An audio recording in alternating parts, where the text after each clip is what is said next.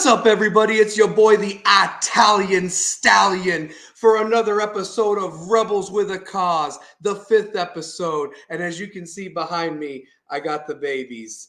2022 to my left, 2023 to my right. And you can bet yourself that I gave them each a sweet kiss when I was in there Friday, getting this ring finger sized up for the other one to join its brother right over here. But be it as it may, we got a lot to talk about tonight. Got some football, have to talk about the banquet and all the accomplishments. We've stuffed them on this show, but we got some more stuff to shout out tonight on Rebels with a Cause. Guy, I want to give a lot of love to certain players. Got love to their parents for all that they do for the programs behind the scenes. It's dedication, a lot of dedication and love of why this program is where it's at. Got to talk about hoops coming up, and of course we have a special guest. He's not here yet, but we'll get him on when he's on and hear some good stories from back in the 90s when he played. But without further ado, I want to bring out, and I want to hear you from Marble City. I want to hear you from Westmoreland Hills and Estates and Sequoia Hills. Gotta get some love from Mechanicsville and also Lonsdale. Got to give some love from West Hills, down Kingston Pike and Bearden. He is 2003 Mr. West, voice of the Rebels for 18 plus years, is all things West. He is definitely a rebel with a cause. And he has been confused for Omar Epps' stand-in in such movies as The Program and For Love and Basketball. And he answers those tough questions when Mike Tomlin doesn't want to after the Steelers lose. Love you, Larry Frank. Without further ado, let's give him a big round of applause. The one and only Pair Tate, my brother from another mother. Yellow. Oh. What is good, brother? We had fun last night. I'll tell you that much. Not have fun at the Rowdy House last night. Just a great atmosphere. You know, we're going to be touching a lot on how they looked against Farragut, Maryville, and William Blount tonight. Give a good perspective on that. But we've got good football news. We got really good football news here. The coaching vacancies, I think we're down to how many now? Just one now because of the Carter guy leaving to go to Georgia that we announced last week. So Carter's now looking for a head coach to fill their vacancy. But there were some big ones, and we will get to that in a minute. You have the names down, and one of them is a friend of the program that was very much a part of the first state championship. Former defensive coordinator. We'll give him a shout and a lot of love, and well deserved. You know, it sometimes the stars align, Pair, you know, and maybe a job is not the right one for you, and patience, you know, persisted. And I hope he gets such a warm welcome on Monday when he's announced officially to the school for their basketball game. But we'll get to that in a minute. And I have a lot of love for that guy. So that's and we're still gonna whoop you. But at the same time, I wish you nothing but the best when you play everybody else, especially Powell, because you know how I feel about Powell. Anyway, so we'll get to that. But let's take as you can see, the babies are right behind me. I gave them each a kiss on Friday, and I'm not joking when I said that. And I got this picture of them and got to hold them, and you know, it was really special. I said to 2023, oh, it's so nice to meet you, and 2022, it is so I missed you, you know, so good to see you again. And hopefully next year at this time, we'll be talking about 2024, the triplet right next to it. And we're going to talk about what was said at the West Football Banquet, because Coach Brown, he don't sugarcoat it, man. We talked about what a coach he is and what he's done for this program. Also gave a shout out to Scott Cummings, who's now at Lenoir City. But the truth of the matter is that we really have to talk about this team's accomplishments, because I learned something at the banquet that I did not know, with all the stats that you and me really put out there the first couple of episodes when we were recapping football and trying to fill some time while we didn't have basketball to tie us over with the snow and everything. But that being said, I also want to give a shout out to Jed and Marsha Dance. Yeah. That's Mr. Hunter Dance and also Baker Dance, who was a quarterback at West a couple of years back. Parents, and also Hunter plays basketball on the team and had a pretty good game last night. We'll talk about that later, but I want to give a shout out to them. I want to give a shout out to Miss Joanna Scott and Todd, her husband, for all they do, and their boys, obviously Ryan Scott. We got some big news to announce about him.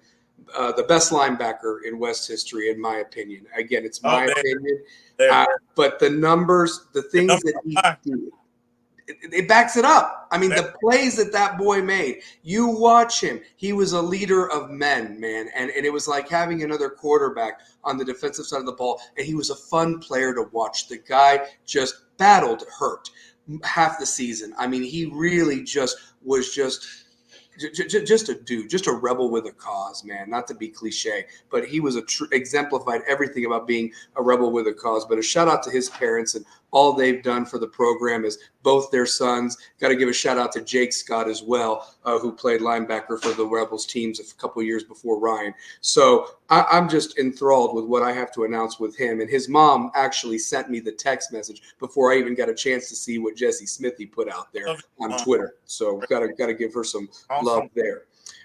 We also got a commitment to talk about too.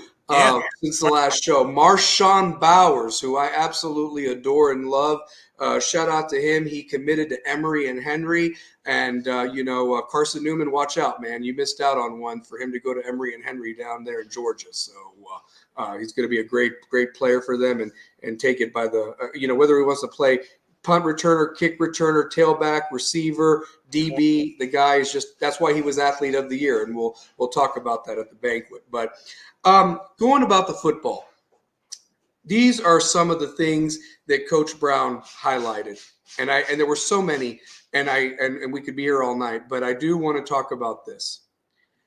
In the playoffs, they outscored all 5 of their opponents, including Tough Page in that championship, 157-27 in 5 games.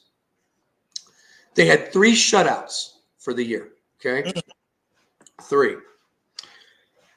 running clocks on the year. Whoa. Yes. The senior class, 52-6. We've highlighted that. 4 region championships, 2 state titles. In 1-score ball games on their schedule, and we agreed it was one of the toughest schedules, they were 6-0 in 1-score games. And as Coach Brown put it, these weren't cream puffs we were playing. He didn't say that, but I'm saying that. I mean, these were legitimate good teams, playoff teams. Bearden, Anderson County, Maryville, Farragut, I mean, I can go on. Powell the first time around. So they were 6-0 in those games. So shout out to them for that. Patrick Schmidt broke the school record for most field goals in a year. And I want you to think about the kickers that came before Patrick Schmidt. Michael Smith. You could talk about a player that actually should have been the kicker, but because of Butch Jones's brilliant coaching, never got a shot in George Bullock. George Bullock, who could kick it almost 60 yards, and it was in the end zone every time. George Bullock probably has the record for most touchbacks for a kicker. What about Nick McCook? There we go, Nick McCook. Yeah. Nick McCook. Yeah. How about Tyson Seaby last year? Manny Ruiz from the 2013 runner-up team. He was a good kicker. So I'm just saying that they. Hey, I got one for you, Stallion. Yeah. What about Chad Tyree as a punter, though? As a punter. Punter. Yes. I mean, yeah. So you've got guys that punted, kicked, but here's Patrick Schmidt, broke the school record for most field goals in a year. How many he hit? I believe, I have the stat in my other book or what have you, but it was, I want to say, altogether, you have to count extra points too. Mhm. But he had, I believe, over 70 points acquired by himself by his foot. So you take Okay. away some of the extra points, the field goals count for three. So and he made some really key field goals. I mean, we don't win ball games without some of the field goals he made. So, the other thing too is Ryan Scott. Okay, so let's talk about Mr. Ryan Scott. Phenomenal. Phenomenal, Phenomenal phenomenal. player. I And have to check who the other player is. I know who it is, but I hadn't had a chance to check because he was one of my favorites before I watched Ryan play. But Ryan Scott became officially the second player in school history to have over 400 tackles in his career. The first was Cody Underwood, who walked on to UT, played there for a bit, and he was the Rebel from 2010 to 2013, was on that state runner-up team that lost that heartbreaker to Henry County by 1 point. But Cody Underwood was the stud linebacker that year for West in 2013.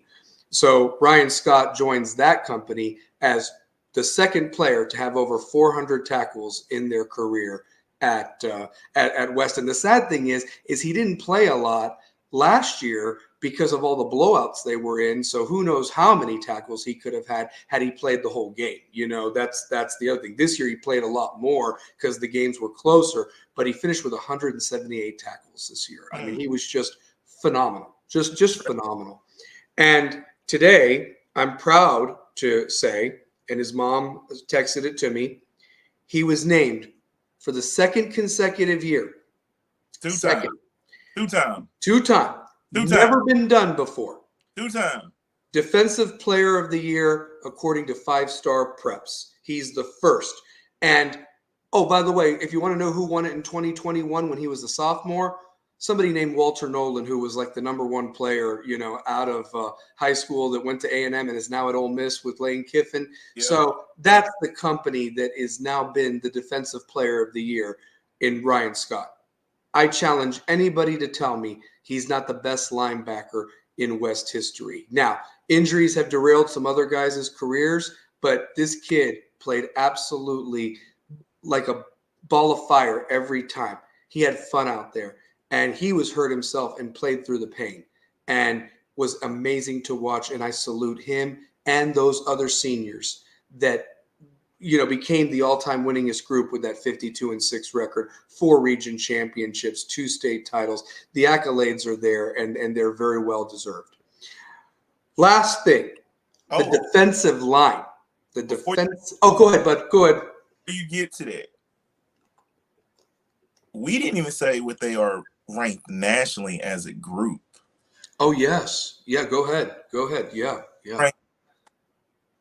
What was it 117? I believe they finished 117 out of all the high schools in the country. In the country. Yes. They were considered the 4th best team out of Tennessee, private school, public school, behind McAllee, Alcoa, Baylor, then them. Mm-hmm.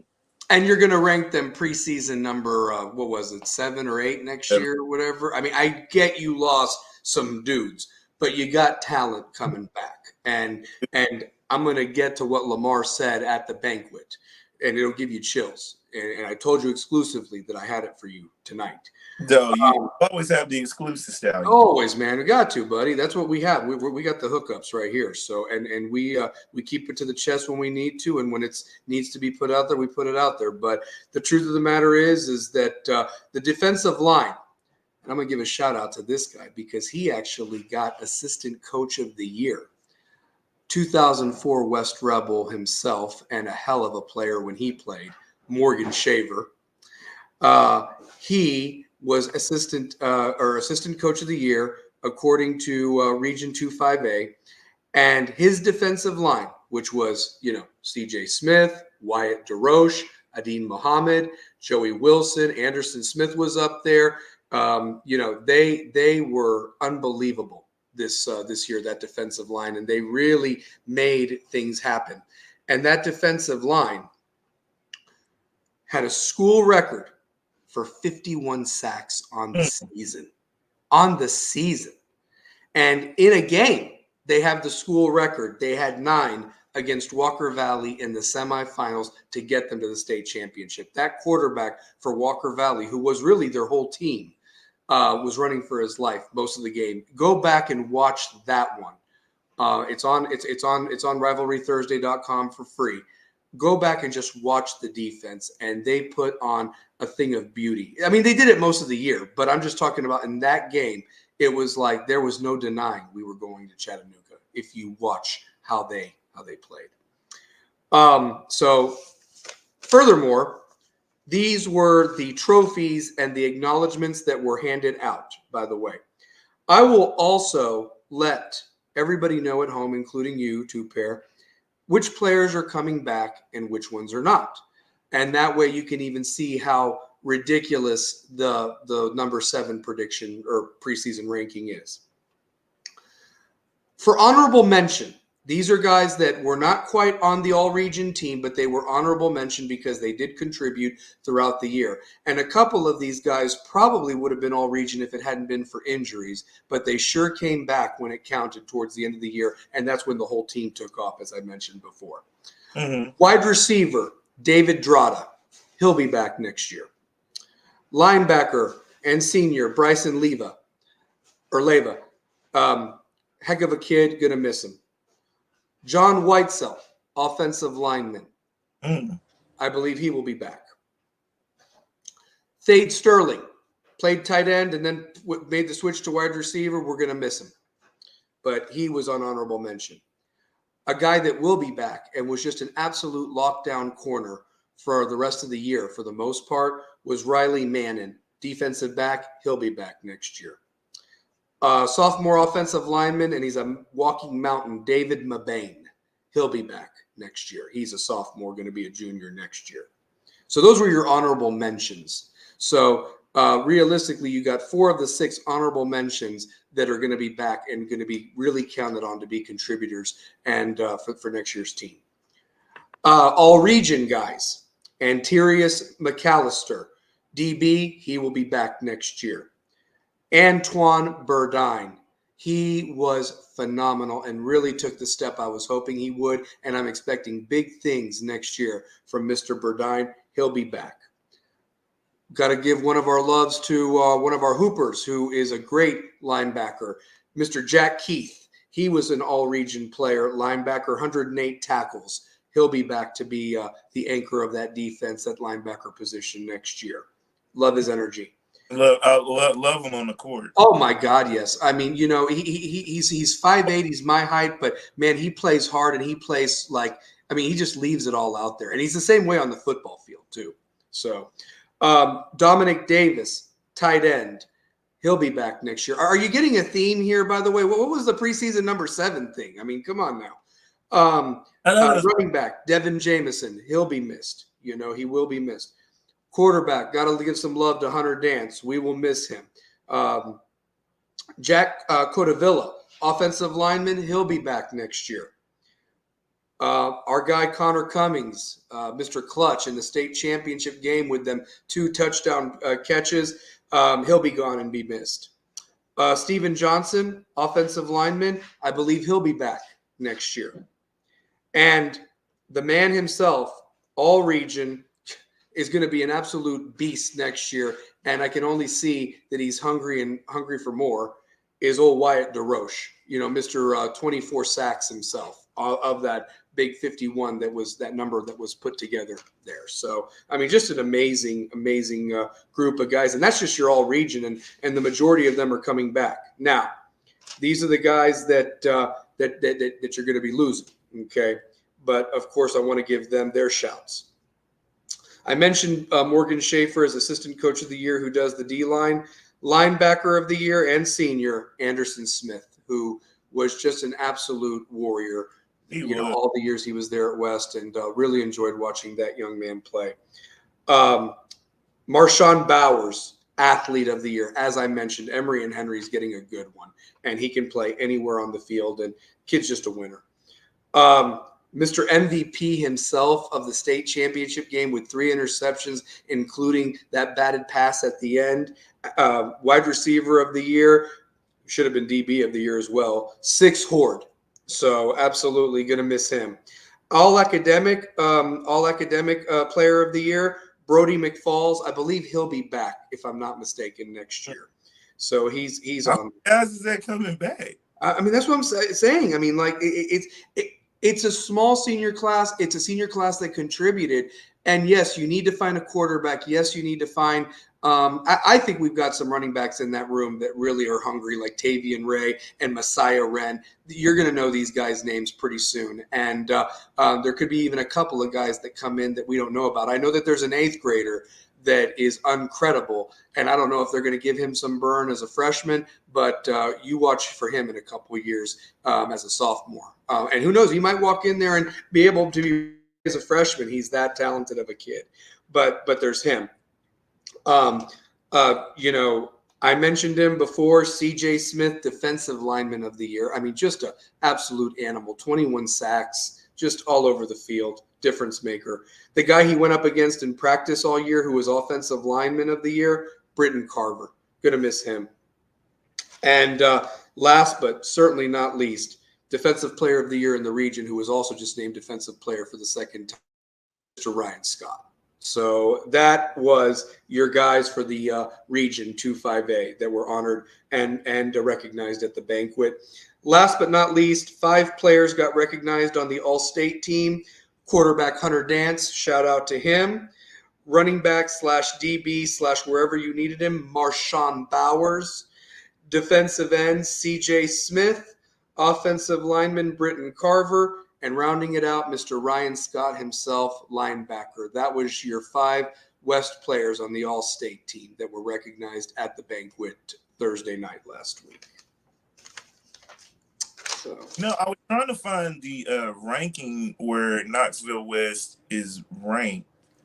I want to say nationally, 117. 117, you said, yeah. Yeah, I want to see if I'm trying to find it. Might be on Max Preps. That might be where you could find it, because that's where they had it, I believe, where they found it. Max Preps. Okay. MaxPreps.com. Yeah, you have to look up the football side of it. Last but not least, Lamar gave a lot of shout outs to people like myself, the support staff, the One West community that we do. We enable. I mean, I have 3 signs in my yard that say we are One West, and each sign represents the 2014, the 2022, and the 2023 state titles. And I'll put a 4th one out there for every championship. I'm going to put a new sign out there, honestly. And the thing is, he talked about, the commitment by the players, that they wanted to be better this senior class. And without sharing too much, they had goals like winning the first 5 minutes of every game and winning the last 5 minutes of every game. And guess what? When you do that, you get these 2 things behind me. Okay. So that's the standard. But he really, really loved how the senior class, they were fighters. No, I'm a stallion. I like to box. They were fighters. And until there was one last breath in their body, they would not go down without a fight. I mean, they just wouldn't. And so Lamar thanked the parents, as I mentioned before, the Dances, the Scotts, and all the other parents that behind the scenes go and clean the locker rooms on a Saturday after home games.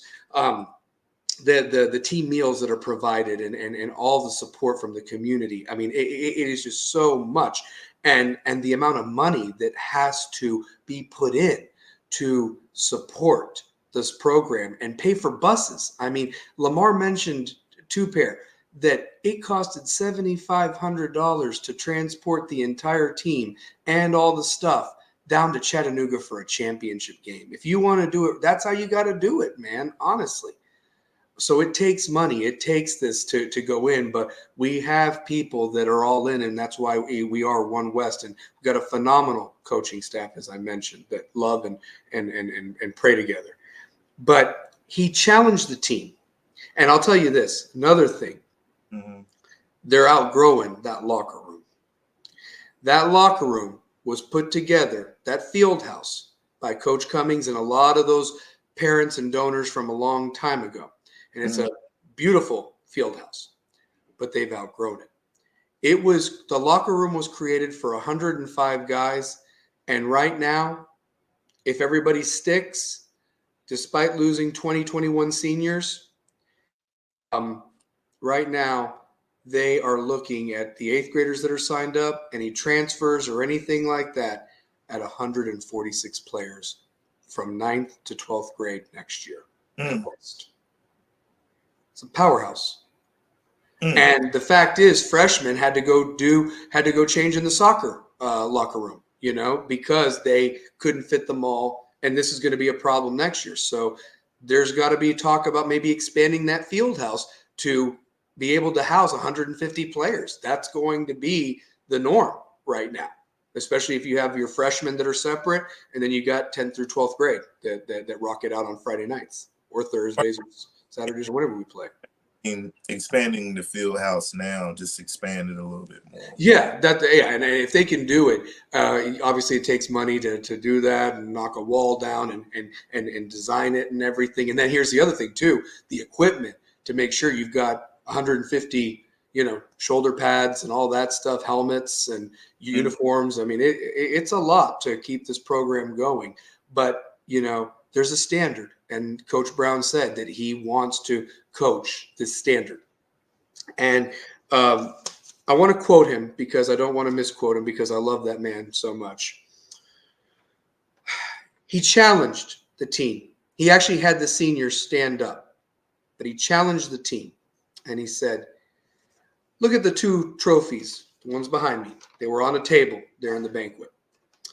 And he said, it'd look real nice if the 2023 ball was in between 2022 and 2024. Loved hearing that. I loved hearing that. But he said to them, if we want 3 in a row, we have to get to work. We have to get some things fixed. And we've got to get some things going in the right direction.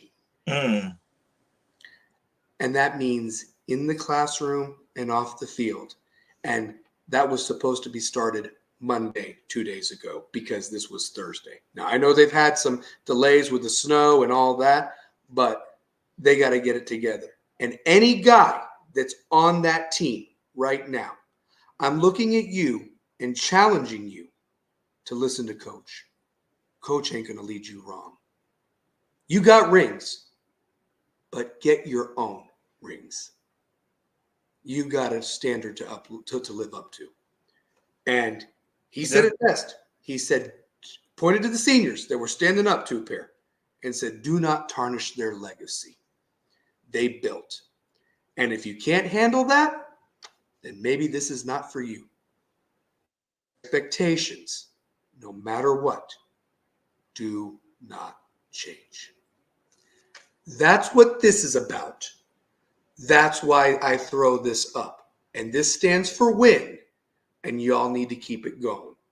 Because as I've said it before, and I say it again, 1,800 days since you've lost a regular season game to a 5A opponent. 700, and it's even more now, over 750 days since you've lost to a 5A opponent in the playoffs. I rest my case. Go out there and do it again. Yeah. Until they stop you. Keep the doubters, man. I mean, the rumors of our demise, they were exaggerated last year. I knew this team, what they were capable of, and they believed in themselves and they fought. And you know what? I'm going to miss a lot of these guys. But there's a lot of guys that I love on this team still that I know can put the work in and know what needs to be done to get it going and get another ring. Absolutely. So, I mean, I've talked a lot, man. Thoughts on that? I mean, what do you think, brother? And listen, anybody that's watching, do not be afraid to put a comment out there. We'll shout you out. Anybody that's watching, you don't have to be quiet. I know that there's some people out there watching, and whether you watch this live or recorded, get your questions out there, man. I know that it's Wednesday night. It's a little busy, but it's the best night to kind of get in the middle of the week, especially with all these basketball games going on. Not to mention when it is during football season, it'll be great to preview a Thursday or a Friday night game when that schedule is officially out there, as well as recap the game from the previous, Friday night and so forth. And I'm hoping by then we might even be able to have people call in and talk about the game. So, but, I can't speak enough about this football team, too, Pair, and what they have done for not only the community, for themselves. Ryan Scott was interviewed by 5 Star Preps, one of their, I don't know if it was Smithy or one of the guys there, but, he said it best that this team's going to be talked about, for a long time. I want to correct you, young man. Just one thing. Mm-hmm. You all are immortalized. Do you understand? You're immortalized. When you hang a banner up there and it says state championship, no disrespect to the great teams that were state semifinalists that just couldn't get over that hump, or that 2013 team that I had so much love for that fell by 1 point to Henry County. But you join an exclusive club that has 3 titles. And nobody can take that away from you. Mm-hmm. Nobody. You're immortalized. You will be talked about long, long time. When people go back to Bill Wilson Field, and they see that banner.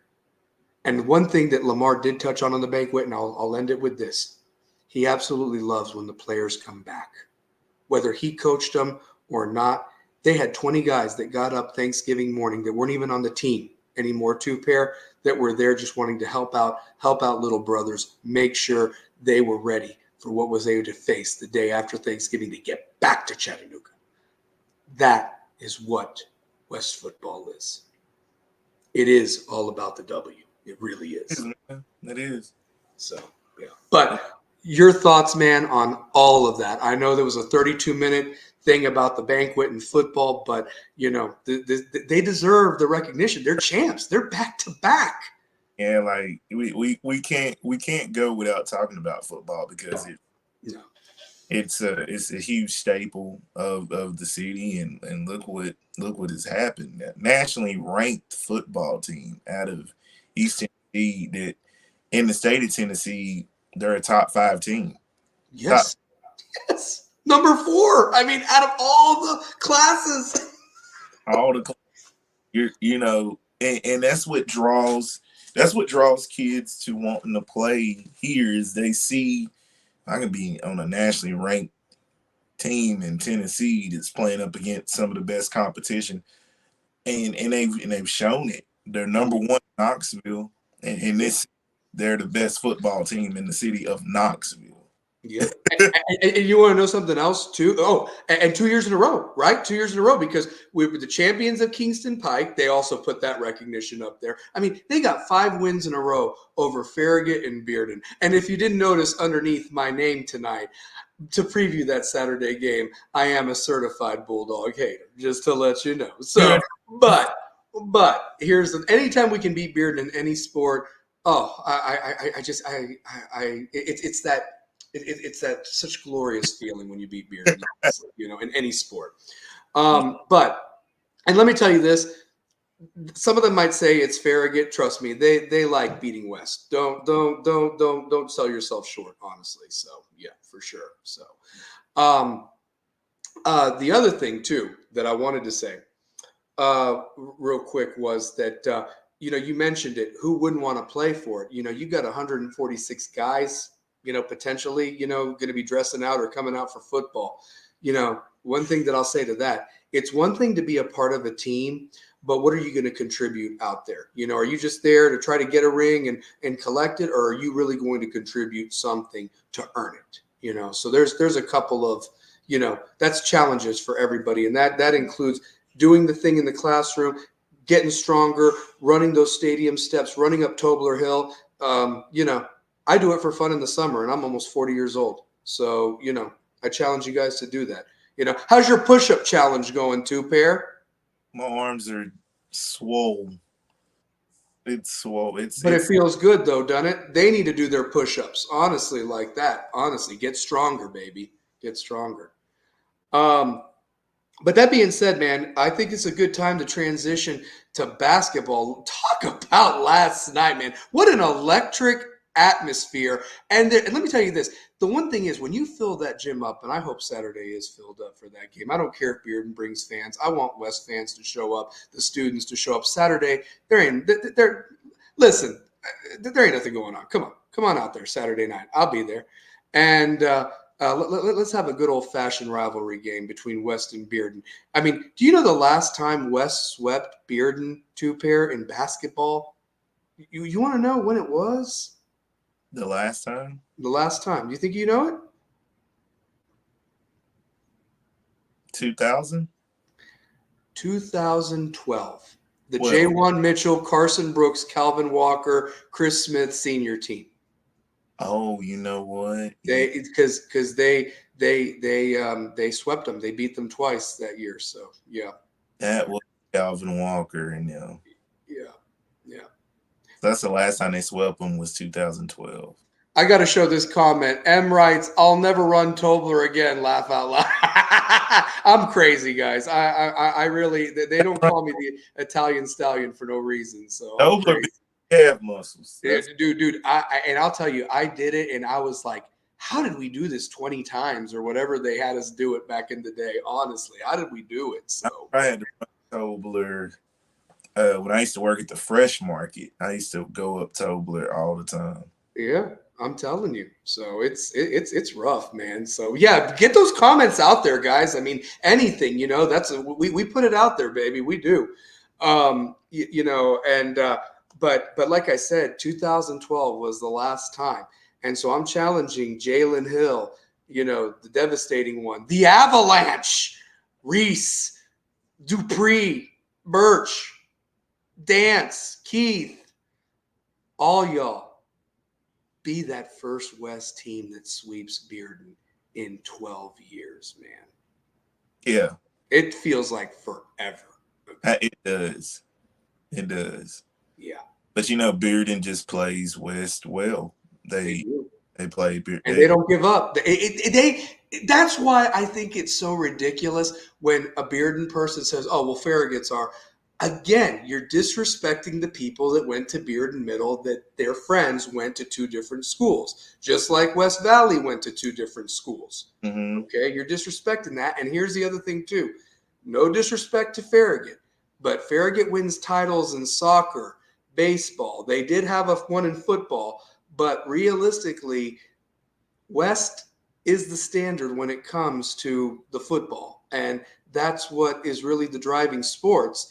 And I feel that the rivalry is really intensified now that West has won more since 2000, which my senior group was the one that kind of got that monkey off our back. And it's always been a rivalry of streaks in football. And it seems that way in basketball too, that basically, there's a group that comes in and just, it gets in your head. I don't know, and we've now had two senior classes go through West that have not lost a game to Bearden football. And the juniors that are coming up, you can make it 3 senior classes that didn't lose a game to Bearden. I mean, I'm just throwing that out there. It's true. So, yeah, definitely true. But talk about, man, last night though. I mean, it was like, I made the joke that this episode was called "We Must Protect This House" because, we lost, 3 home games and that's not supposed to happen. They've been road warriors and it's like, dude, play the way you do on the road at home.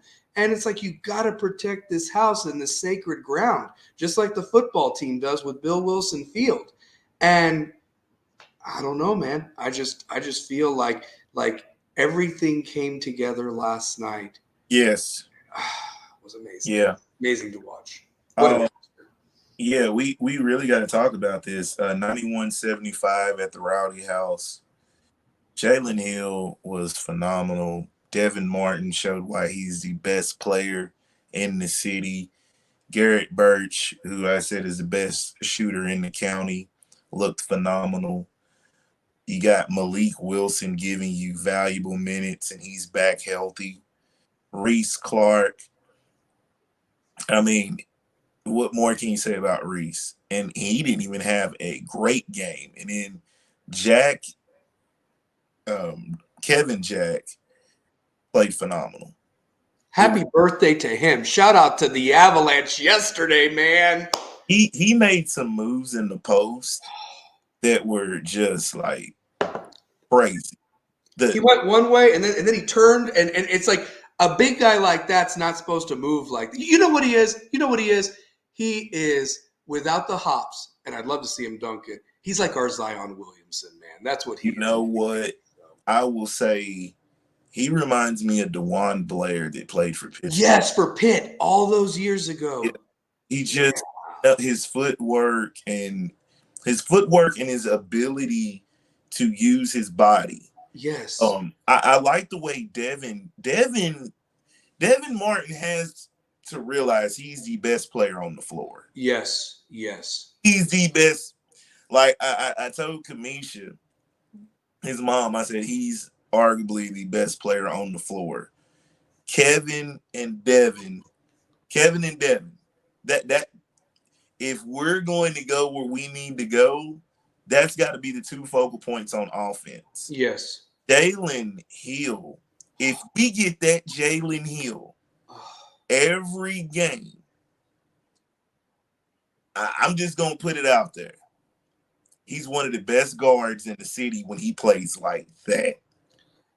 If you go back to episode 1 when you were introducing this team to everybody, you said the team goes with the pace dictated by Jalen Hill. I got it written down.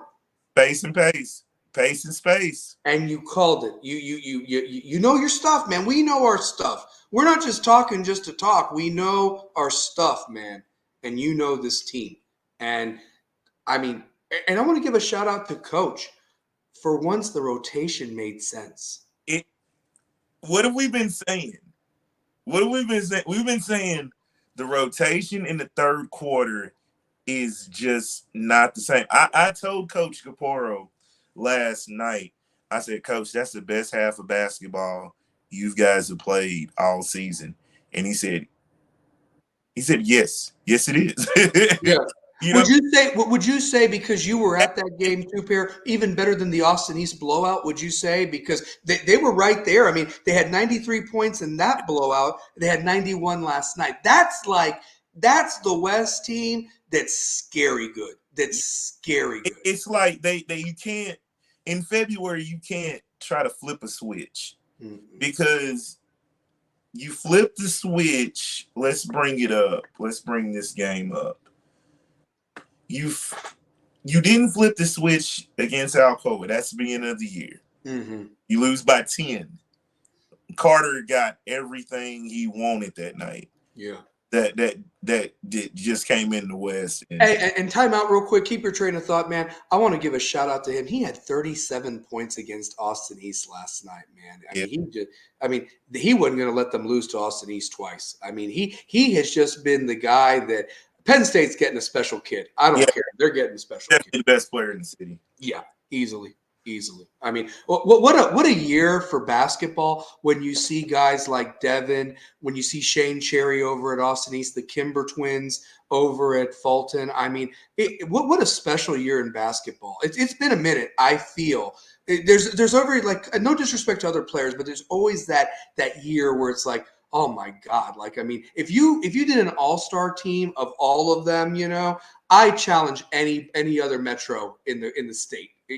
Chattanooga, Nashville, Memphis. I want to see guys. Yeah. Oh yeah. Always. Guys in Nashville has some guys. I will say Chattanooga always has I think the Chattanooga area, because I want to give a big shout out to Trey Suttles, former basketball player who I got to announce for when he played at the Rocky Top League. He's in the Chattanooga area, and they are producing talent.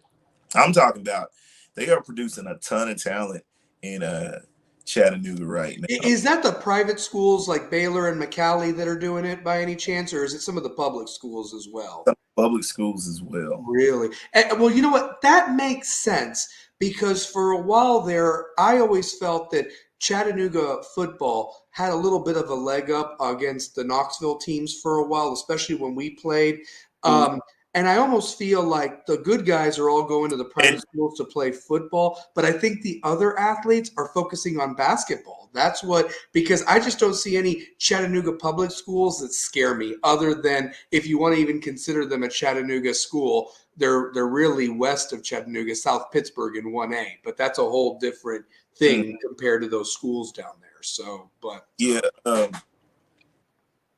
so when you look at the players just from this team or in this city, like one thing I love about Devin is he accepted the challenge last night. He did. He accepted the challenge. He had 2 monstrous dunks, and in transition, his ball handling and way to elude people. That spin move he put on at the baseline in the fourth quarter, really, really something. And I also want to give some props to Robert Schuler. Yeah. The last 2 nights, Robert Schuler hit a 4-point play the night before against Maryville. Yep. And I just think he needs to have a little bit more confidence out on the court. And Malik Wilson was huge last night. Yes, he was. His energy on defense was unbelievable. I mean, the stats only showed 2 points, but the rebounds, like you talked about last night after the game, I mean, he was a ball of energy out there, especially with the foul trouble that the team faced. I mean, have you ever seen 4 guards have 4 fouls? I think one of them actually, Reese fouled out. Guess who stepped up big when Reese fouled out? It was Chris Cowan.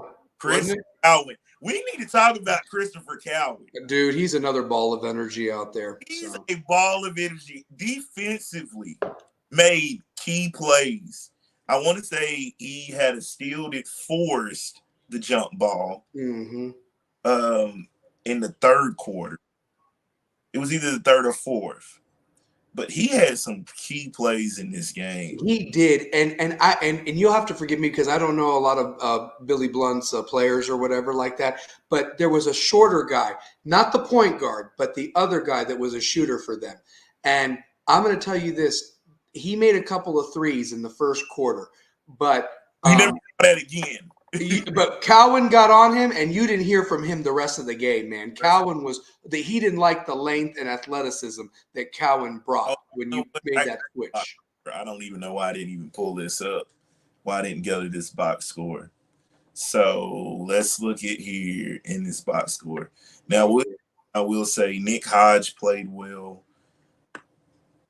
Grady Robertson played well. Trevor Scarlett, he was like 3 of 5. And that's who the player you're talking about. That's Trevor. Yeah, that's him. Scarlett. Yeah, that's him. Yeah. Cowan got on Trevor Scarlett, and he was a non-factor. Brett Cortez was a non-factor last night. Dude, Kevin Jack frustrated him.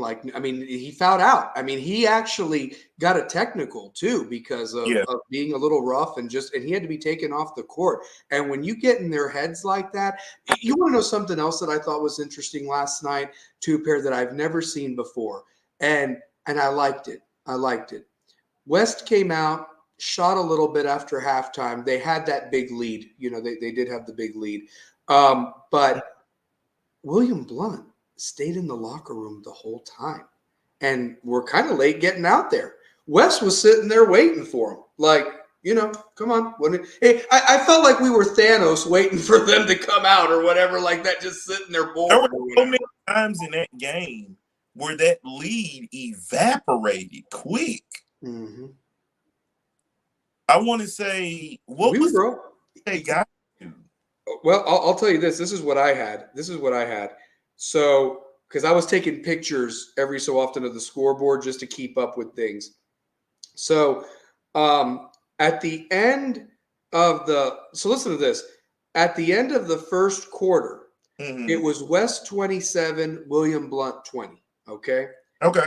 At halftime, 53-32, which means you pretty much outscored them almost 30-12.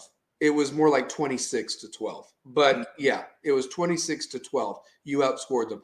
That was the best second quarter I've seen West play. I mean, we agreed the first half was incredible. But to score 53 points in one half when you didn't even muster 48 the whole game against Maryville the night before. And here's the other thing too. That William Blount team is not that bad. I mean, they were right there with Maryville themselves. And again, that's a rivalry game a couple weeks ago when they played. Mm-hmm. So, I mean, it's not like they were nobody good or anything like that. So, yeah. But I don't know. I mean, and then that lead evaporated, like you said. But here's the thing that's really crazy about it. In the third quarter, despite the fouls being called and the refs really disrupting the flow at times, I felt, with the stoppages of play, and they had to get a handle of the game.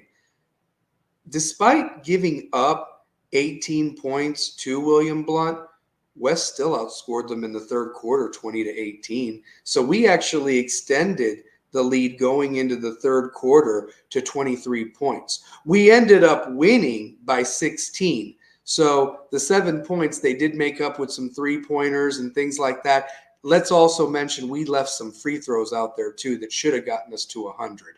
So, I mean, there was a lot of one-and-ones. I know that Reese, that was really uncharacteristic for Reese to miss 2 free throws at the technical. I mean, he even said, my bad. I saw that, but I was like, man, it would have been nice to get 2 more free points for the stupidity of Cortez or what have you. So, yeah, I mean, but. It was wild to watch last night. Yeah. I thought Garrett Birch was just in a great rhythm. Oh yeah, I mean, you mentioned Jalen Hill, and I've got to make this comment about the kid. To be fair, it's like we were talking about it with Terry Maples last week when he was on. Yeah, we said when does that light come on, that aha moment, and the game slows down. I watched that boy go in and out dribbling, and they're swiping it they couldn't get it. I felt like he was in the Matrix and they were going way slower, and he was he could stop them or something like that. And how he weaved in and out, and then he was feeling it. I mean, he said, "Give me the ball." He's shooting it from the 3-point line on either edge of it, like from the diagonal part of it, and he's making them. I mean, he's swishing them, nothing but net. And then he's even going inside and laying the ball up and everything. And then his eyes are always up, and he's getting the ball to Devin. I mean, Kevin, they were just eating last night. It was beautiful basketball. It really was. And the athleticism should be there like that for every game, I feel. It definitely should be. It was it was just a great environment last night. Yep. Great environment. Jalen just got rolling. When Jalen got rolling, Devin got rolling, Kevin got rolling. You throw in a few Garrett Birch threes. Yep. Christopher Cowan, who made a difference. He was a difference maker last night. What about that and one he had that was really key there too, that extended the lead? I mean, we needed a basket. He not only lays it up, but he gets fouled and then hits the free throw. That's huge, man. You gotta make those easy 3-point plays, man, honestly, especially if they're gonna be calling the slaps on the wrists and everything like that and battling through the contact. So I mean, we went 11 deep last night, and that's and shout out to Hunter Dance, giving quality minutes, getting 4 points. Jack and Joe, they didn't score, but they were out there, and if Dupree finds his 3-point shot, I mean, it's a wrap, man. They can average 100 points if they really want to, if they play like that. And this is without Dane Britton. And Dane.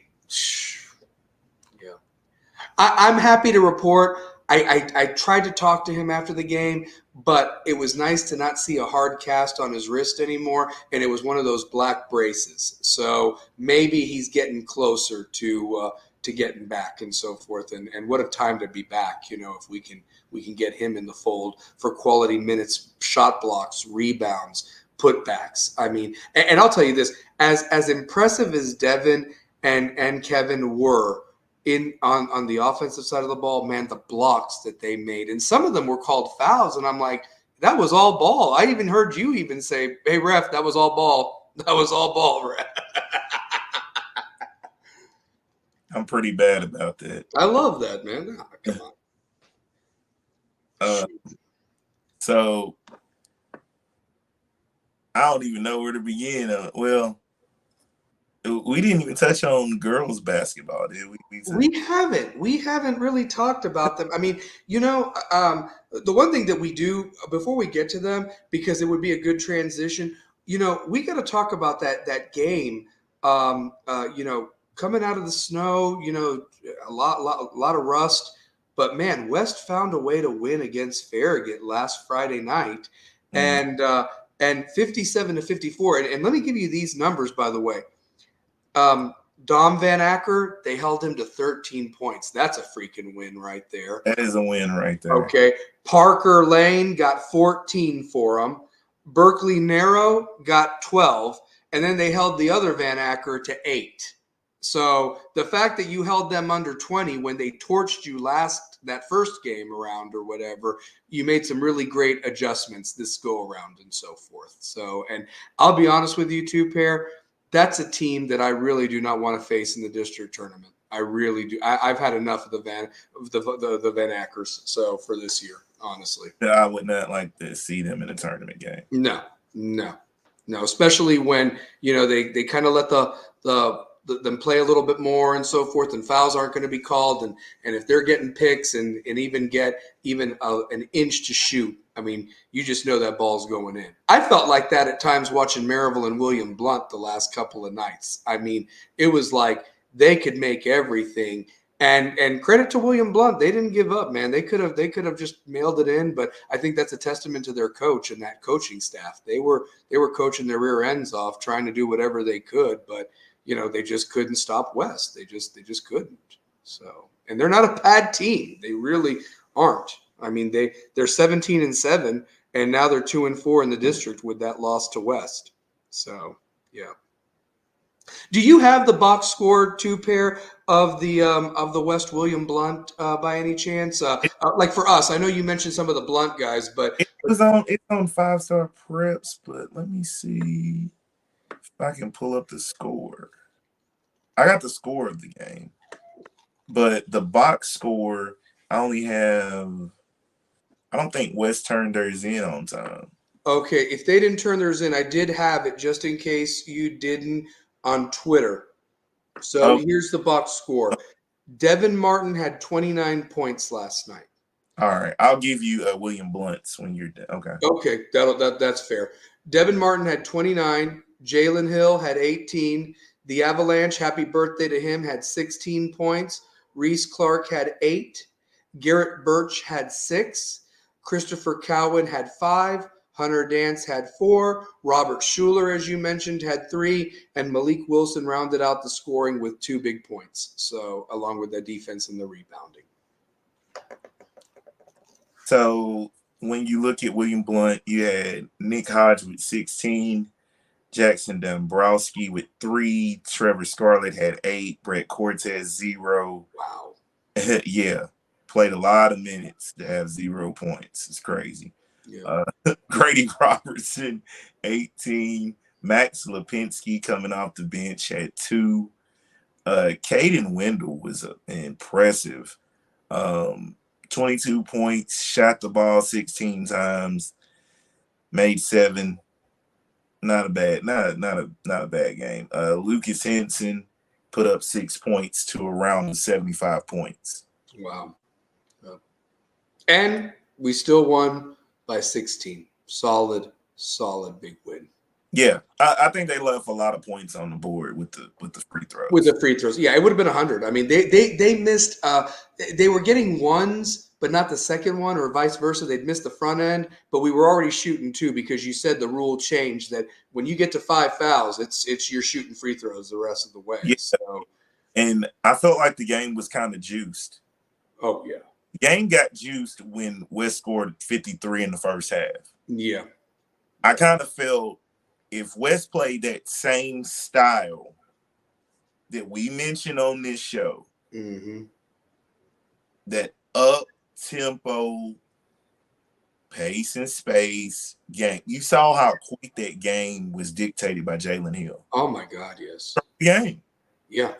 And can I tell you this? I'm expecting it Friday. No disrespect to Hardin Valley. I'm expecting them to roll them off the court, too, and have so much momentum for that grudge match Saturday, man. I mean, Bearden West, baby. Round 2. Let's go. Go. I'm really going to be happy to see that. A guy who I think needs to get a little bit more time on the floor is Dane Clark. You mentioned him. Isn't he sophomore post 6'3"? I feel like you got to get Dane Clark in a little bit more.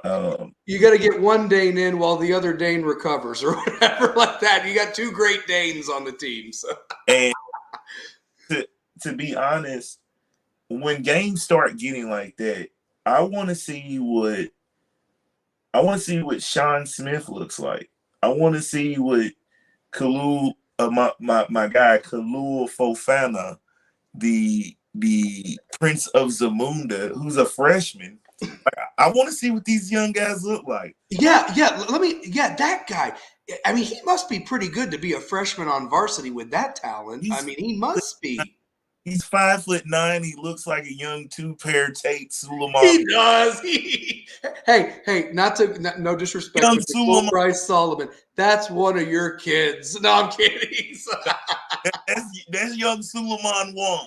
It is. The Prince of Zamunda, Kalul Fofana, aka Suleiman 1. Yeah, that's his nickname. I love it. He never gets in the game. Hey, You know what? If that had stayed a 30-point game, he would have gotten in last night. He would have. He would have gotten in. So. If it would have stayed 30, you would have seen more of Chris Cowan. You would have seen I'll tell you who's going to be a stud. David Sanders, a 5'11" ninth grader, is going to be a stud. So let me ask you this too, Pair. How does basketball differ from football? I know that they do a JV boys game. Is that what it is? Is it a JV boys game that's like at 5 before the girls game at 6 or something like that?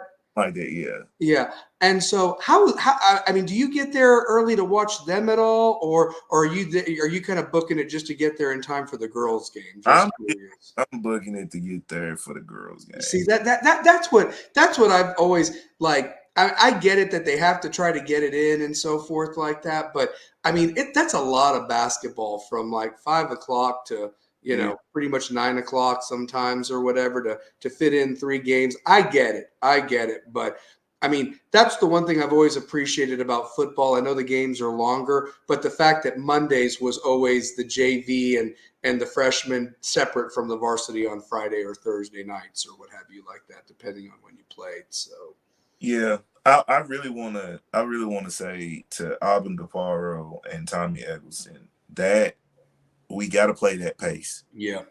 We can't. We'll definitely have to be a half-court basketball team. That I know we will have to be. Mm-hmm. But if we dictate the pace like last night, that game is in our favor by 16 points. Oh, yeah. Oh, well, here's the other thing, too. I loved the fact that they tried to press us because they had nothing else. They couldn't defend us in the half court. They tried to do a full court press. Jalen, just like I said, Matrix style, broke it. I mean, looking ahead, Devin Martin, I mean, they broke that press. You talk about 2 Marble City jams from the devastating one. I mean, that was beautiful. I went nuts. I went crazy. So. How cool is that? No, what about the block by Jalen Hill? Oh, yeah. Dude, oh, my God. That was the Matrix. That was Neo getting up there and saying, no, that's not happening. There was a couple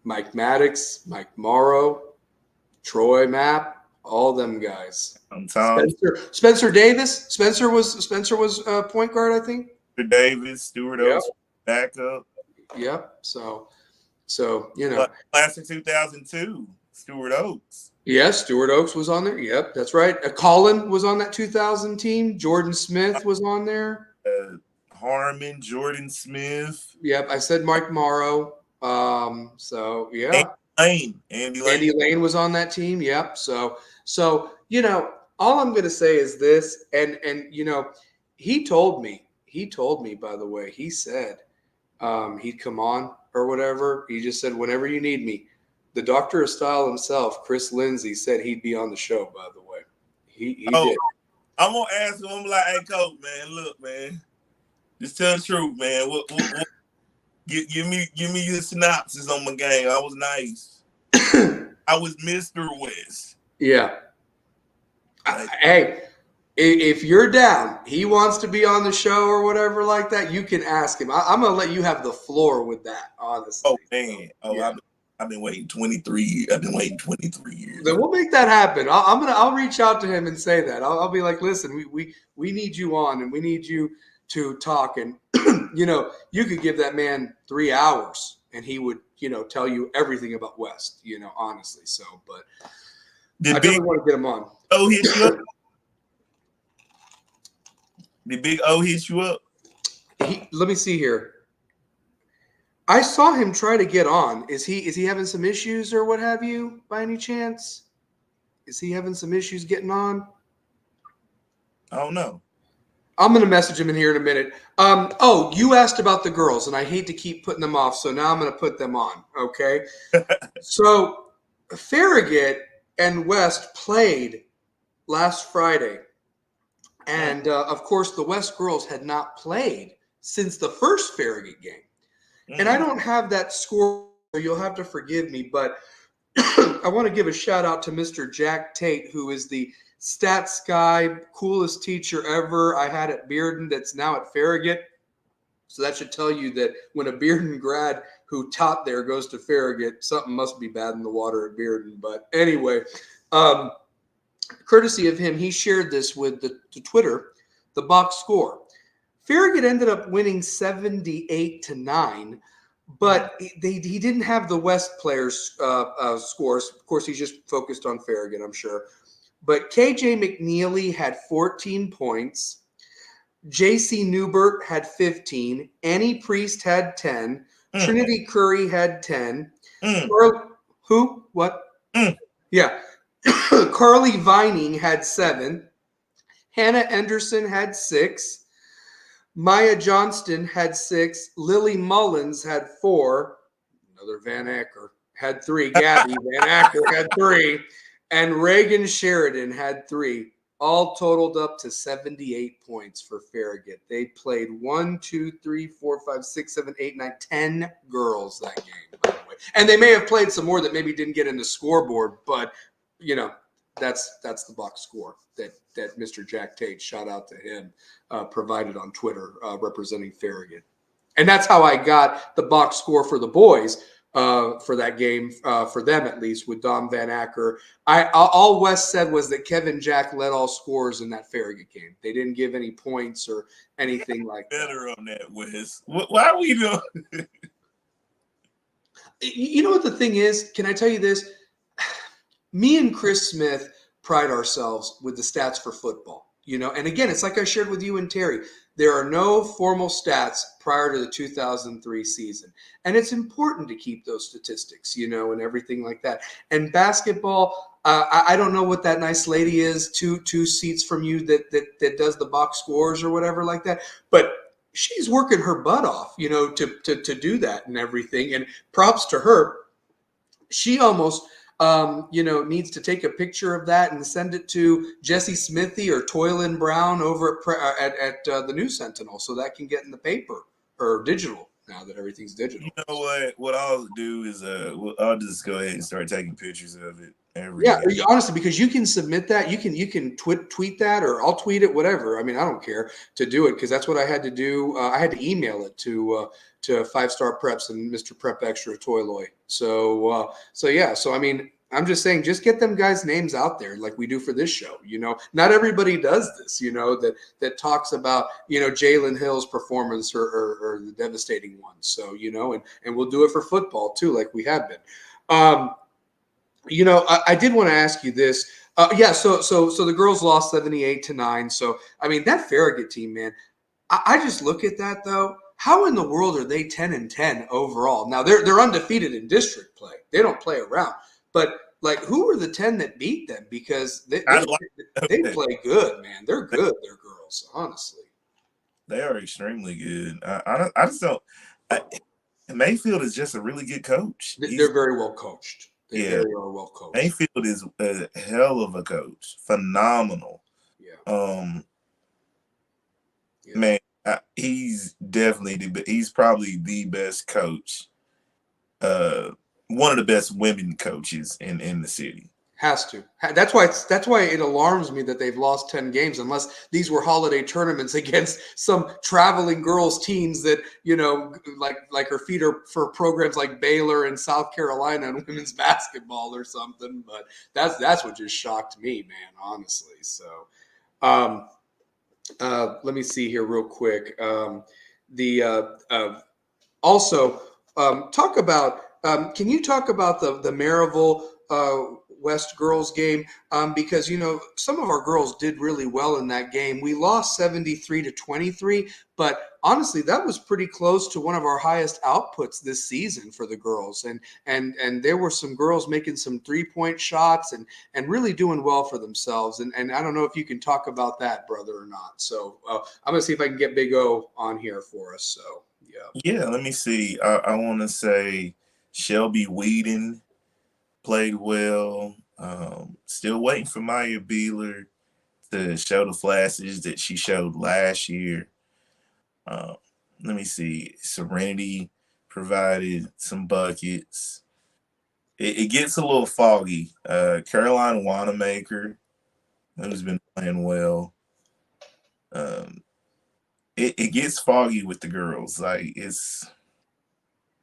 You know who I thought had a good game?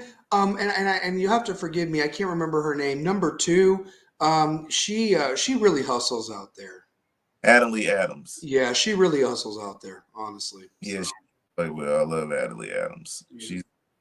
She's tough. One thing I'll give Coach a shout out, and we mentioned 3 games in 5 days. I've never seen her go that deep in the bench before that I did yesterday against William Blount. Like, she had to. I mean, like, you can't have like some of these girls play the whole time and they're out of it. They're exhausted and so forth. So props to her for at least utilizing and giving every girl some playing time yesterday, because that's the only way you're going to get better, is getting playing time. That's it. Yeah. It's just with watching them. It's just they don't. I don't know. I can't. I can't put a finger on it. They're just super duper young, and like, where is the leader? Because it just looks like they're playing basketball. Like, they're just, who's the person that's gonna say, like, hey, look, this is the way we need to be playing. And it just looked like, it's not an extension of the coaches. It's just not it. They're hanging in there. They're trying to give everything they can, but it's just been a rough season for us trying to get a win these last 2 years in women's basketball. It's a tough district. You couldn't have said it better, because I'm looking at the schedule, and it's like, Maryville, that was only their 6th win of the year. and they won 73-23 against West. So how far is West behind if that team did we play that Maryville team? Is that they only won 5 games? Because they had only won 5 games going into that, and now they're at 6 because they beat West. So now they've won 6.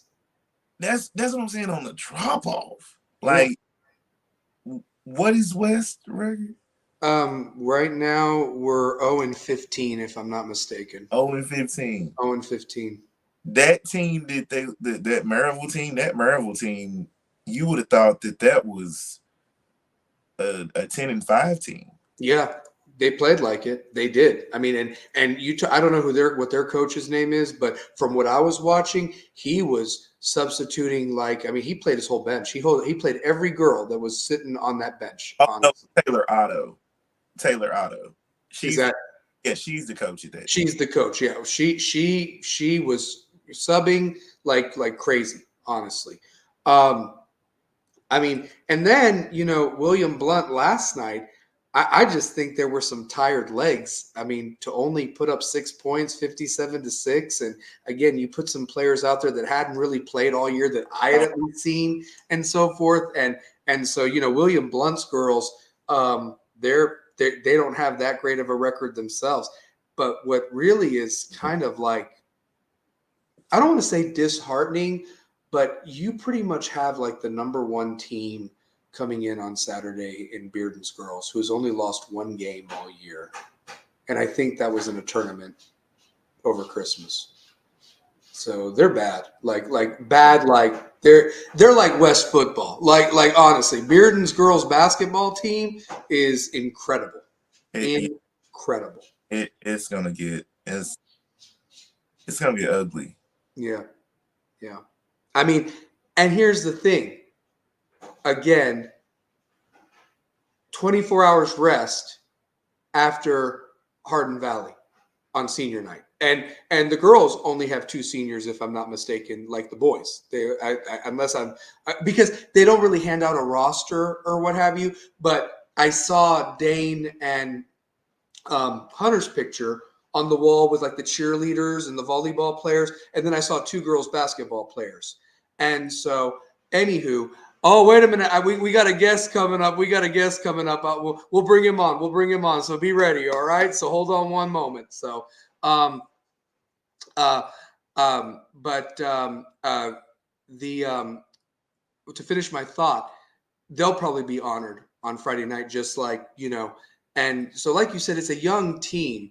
And I just hope that they stick with it and come back. Just don't be like, oh, I'm not playing next year. No. That's what happened with the football, like what Terry was talking about. You've got to stick with it. And, if there's any freshman girls or 8th grade girls that are coming to West, you can be the difference. You can be the difference, honestly. So, and like I said, the season doesn't end. The games just stop. It's year round to be conditioned and lift weights. You got to hoop, shoot in the driveway. I used to love doing that after school. Go to a park, find a ride your bike, put the basketball in your backpack and go. That's what we used to do.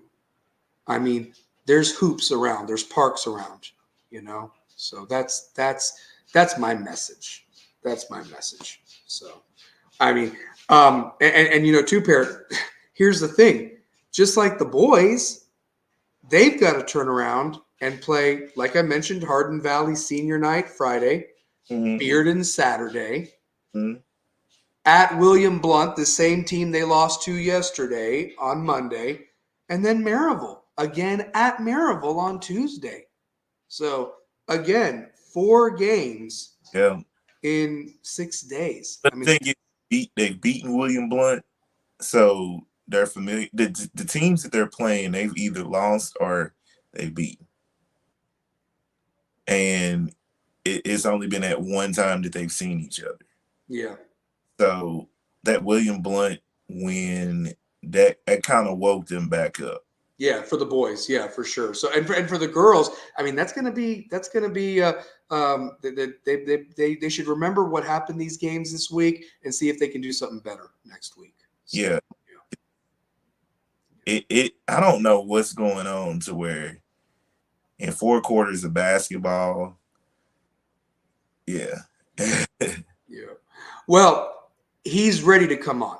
All right. And I'm excited about this one. I really am. I am too. Yeah. You know what? He's one of the reasons. He's one of the reasons that I wanted to go to West. Yeah. That's awesome. Yeah, he's one of the reasons. Like, he's part of that class that made you want to go to West. Yeah. Well, and you know what sucks is, again, I have certified Bulldog hater right there. But here I was at Bearden when he was probably just leaving West or whatever. So we missed each other by a year or so, you know. And but he got to play for the coach I wanted to play for. So I'm a little jealous of that. But I can't wait to ask him some questions of how it was and his thoughts on where the football program is now, and also ask his thoughts on basketball too, and just what it was like being a Rebel with a Cause. So without further ado, our guest for tonight on Rebels with a Cause. He is a Rebel with a Cause. I want everybody who's out there recording, watching it, or live to give a big cheer. Put your hands together for an OG from Coach Wilson's, one of his last teams. Mm-hmm. Big O, Scott Oderson. Big O ski. What's going on, man? Big O-ski. What's going on, man? I'm glad y'all got me on, man. I appreciate it, man. Hey, we appreciate you being on, man, and taking the time. I know it's late on a Wednesday night. You said that you'd be on a little bit later, but, whatever you missed at the beginning, go back and watch, just like and subscribe, on that YouTube channel, share it with everybody. We're getting it out there. We're growing. But brother, how is everything going with you? You and Two Pair, what's going on, man? So listen. Myself, I just been running with my babies. You know what I mean? My kids in the sport, so I'm coaching, I'm mentoring, I'm doing everything I can to keep them into something besides the streets. You know what I mean? And I play sports, so I'm pushing all that into them if they want it. You know what I mean? But last time I seen Two Pair, he came and got some ribs from me, man. That's true. Oh, so wait a minute. Wait a minute. You said the magic word, ribs. Okay. Oh, yes, sir. Yes, sir. Okay. Best pulled pork in town, man.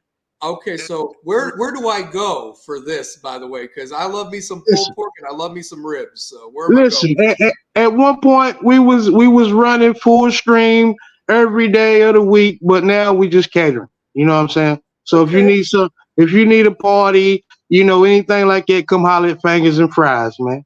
Okay. And you can subscribe to my page on Facebook. I got a page on Facebook. It's called Fingers and Fries, the real Fingers and Fries. And you got to spell it Fangers, Fingers and Fries. Yeah. I'm going to, I know we've messaged each other. I'm going to make sure that we add each other as friends on Facebook. And I'll definitely hit you up for that because that sounds amazing. So, man, we got an exclusive menu, man. We got some stuff. We got fried ribs. I don't want to go too deep into it, because this ain't what it is. But yeah, we got some stuff for you, man. No. Listen, this is what this show's all about, brother. Listen, this is Rebels with a Cause, and let me tell you this: you're doing a good cause, feeding some hungry stomachs and hearts, and making it with a lot of love. That's what I think it is. I mean, that good food is made with a lot of love. And you know what? Here's the deal: I'll make you a really good Italian dish because the name's just not the Italian Stallion. I make some Alfredo sauce that absolutely kills, man. And listen, that's weird because we had chicken Alfredo tonight. So yeah, we need that. We need that special Alfredo, man. We need that. I love it. Well, ask away, man. Ask away at Big O what you want to know, brother. I'm gonna sit back and listen. So this is awesome. So Big O, like I gotta tell you, you, Diedrich Elder, Brian Durrell, y'all were like the class that made dudes from where I live want to go to play for West. It's like when we all Marquise Tillery. Like when we saw like brothers West, I'm like, yeah, I'm going to West. Like, Yeah, yeah, my man, yeah. nigga, bro, and the baggy shorts. I'm that. You guys were like, yeah. I was going to West because of y'all. Yeah. Seriously, like talk Listen, about that time period because y'all seen some teams. Like I had to see Brian Phelps at Austin East. You had to ooh. see Diedrich died. Listen. Not only that, we seen Andre Henderson. You know what I mean? I was there.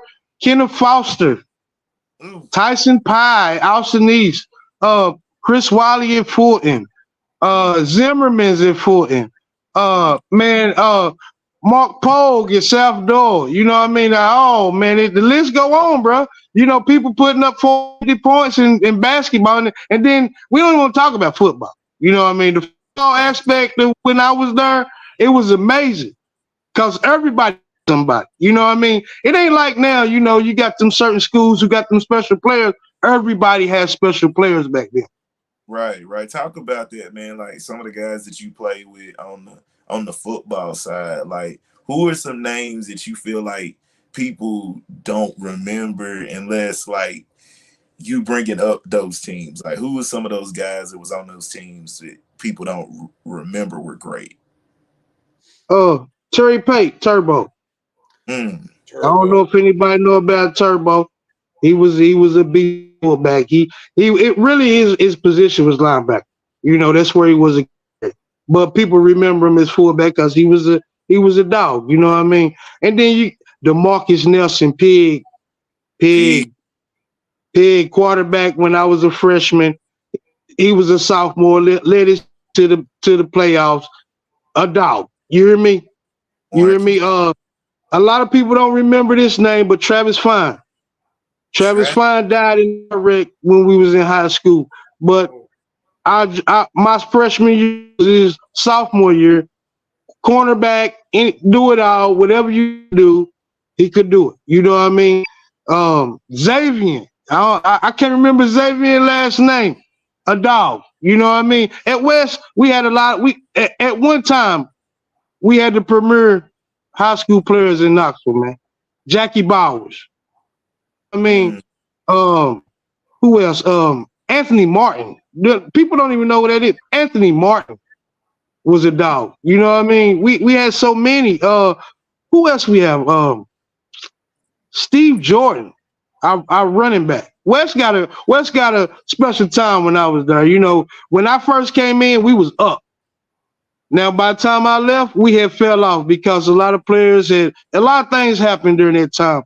A lot of kids died. I know a lot of people don't want to talk about it, but some kids died in a car wreck that was detrimental. I don't know if anybody remember our Big Ernest, he got killed. You know what I'm saying? It was a lot of people during that time from my 9th to my 11th grade year that was just gone. You know, and that's why during my 11th and 12th grade season, we wasn't as good as we could have been. You know what I mean? Because we lost a lot of players. You know, Vigo, that's something that and I was over at Bearden, so that's the thing. And, Bearden West, and what sucked too during that time is I always remember Bearden and West played in the Jamboree. It wasn't an official game on the schedule. And that can't happen when you have two rivalry teams. You just can't. I mean, just like the West Fultons, the West Austin, like you got to have those games. I'm sorry. You gotta just have those games. Now, granted, unfortunately, I don't know, maybe things can change at Fulton and Austin East because I never thought I'd see the day at the state of where those programs are. You know what I mean? Like, I mean, now, but back then, I mean, it wasn't about if they were going to win. It was how much they were going to win by, okay? And people shook fighting them, kind of like when it got to like playing Maryville type of stuff, in the 2000s. But my question to you is, and this is the stuff that I'm talking about. I love learning about the history of like when you played before my time. And, I'm sure there's guys in the 80s and the 70s that have their stories, if they're still around, God willing. But I always wondered why Coach Wilson stepped. I heard stories and the man God rest his soul, 17 years coming up, he's been gone. He was not an old dude. He was not. I mean, he had kids our age, too, Pair, that were in school, And I say that because I love that man. He taught me how to drive. He taught me how to He did drive. me too. He taught me how to drive too. Yeah, and he probably is from heaven saying, "God, you suck still driving free daddy." He's probably saying that. But like realistically though, for him, we were talking about it last week. We had a guy on, Terry Maples, that we all went to school with and played, and we didn't have a good coach. We're just going to leave it at that. But because I don't want to spend any more time on that. But with Wilson, I always felt that with the amount of talent that 98, 99 squads had or whatever, I would have been very curious if maybe he hung it up too soon. And I guess my question to you is, was this accident that devastating that maybe it broke him? Was he close to some of these guys? And what made some of these guys come to West to play for him? Honestly, I'm just curious and so forth. So I know my reasons, but yeah. I'm gonna be honest with you. I don't know. I don't know. You know what I mean? I really don't. I had a good connection to a lot of players that I'm talking about previous. You know what I mean? Like Bill Wilson was a great mentor. Bill Wilson do anything he could do for you. You know what I mean? If it was needed. You know what I mean? At the same time, I can't say. I can't say why he hung it up so early at West. You know what I mean? It amazed me because I went to Walter State, and I'm gonna be honest with you. When I left West, I totally forgot about West. Wow. Because I felt like I didn't take the right path to do what I needed to do because I didn't have the right backing. Bill Wilson was a great person, but at the same time, he didn't do a lot to try to push you further, except to go to Carson. So when I got to my senior year and football season was over, I found out I had letters from Tennessee Tech, Tusculum, other schools that could have been a better opportunity than Carson Newman, maybe. And I didn't know, until after the season was over. And these teams came to me, and I chose basketball. I went to Tech because I didn't have any offers in football. And I felt like I was a good enough player to play football, but at the time I didn't have the love because my coach didn't push me in it. I went to a visit at Carson Newman. That's the only visit I took in football. And and everybody knows that's where Bill Wilson went to school. He went to Carson Newman. So that was his plug, and that was not a bad thing because they have made some pro players come out of, Carson Newman. I'm not saying it's a bad school. I'm just saying that was our only option. Yeah. You know what I mean? Because we didn't have no internet. We didn't have nothing to push our highlights out. If you wanted to push your highlights out, you know what you did? You made your own highlight tape and you sent it to that school. Yeah. You know what I mean? And that was our only option. Now, don't take it wrong. I'm not taking away from Bill Wilson. I'm just saying that was his only way to push you forward. Now you look at Bearden now, and you look at who's coaching now, and we all know who's coaching now, and then you see them schools who come in here looking at Bearden. You hear me? Like when I went to Walter State and I came back and I learned that Bill Wilson was coaching Bearden High School, it tore my heart apart. Yeah, and you see, that's my whole point. Like, you're done, right? Like you step down and you say you're done, and then you turn around and go to the rival. They go to the rival, bro. Like I didn't even believe it until I seen it. I came home and I looked on TV and Bill Wilson is a bulldog. I'm like, whoa. Listen, he shaved his mustache, had a whole new look, had a whole new look. He did. Went over there, and here's the thing: he took. And no disrespect to Bearden now because Josh Jones is running it a certain way or whatever. But they were dog shit. They were. They sucked. They did. They were known for basketball. They were known for soccer. They were known for baseball, but never in football. They had never players like Chris Ernst and people like that went through the program. Roy Nico probably or Desmond Scantlin. Desmond Scantlin was a dog. Yeah. Yeah. I mean, so I guess my point is, though, is that he goes over there.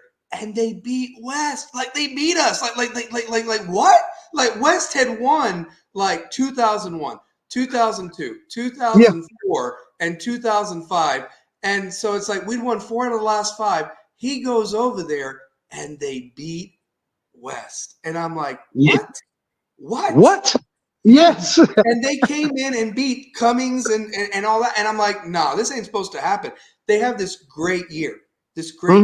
And then he passes. Then he passes away. And he hands it over to Brad Turner or Brad Taylor, whatever his name was. And Taylor gets Devrin Young, who, went on to UT, and that story. But they went pretty daggone far. And he was the one that actually got the groundwork made for them to have their own field house, because they were using the cruddy gym lockers up at Bearden. That's what I had to use that freshman year. And so now they got a nice scoreboard, they got support, and that was all because of Wilson. And he had connections, He did. And that's why it kind of hurts me that we kind of got the short end of that stick. And I'm over it. You got to get over it. You can't. Yeah. But it's fascinating to find that out. Like honestly, Big O. And I wanted to ask you this. So you played basketball too. I mean, talk about like maybe the dynamic for basketball, that team, compared to like what you were with football. Like, talk about that, by the way, because this basketball team this year is probably one of our better ones we've had in a few years, honestly. Well, basketball, it was just an old school type of basketball thing. We had Coach Lindsey. Coach Lindsey had been dealing with West since the 70s. I mean, he'd been there for a long time.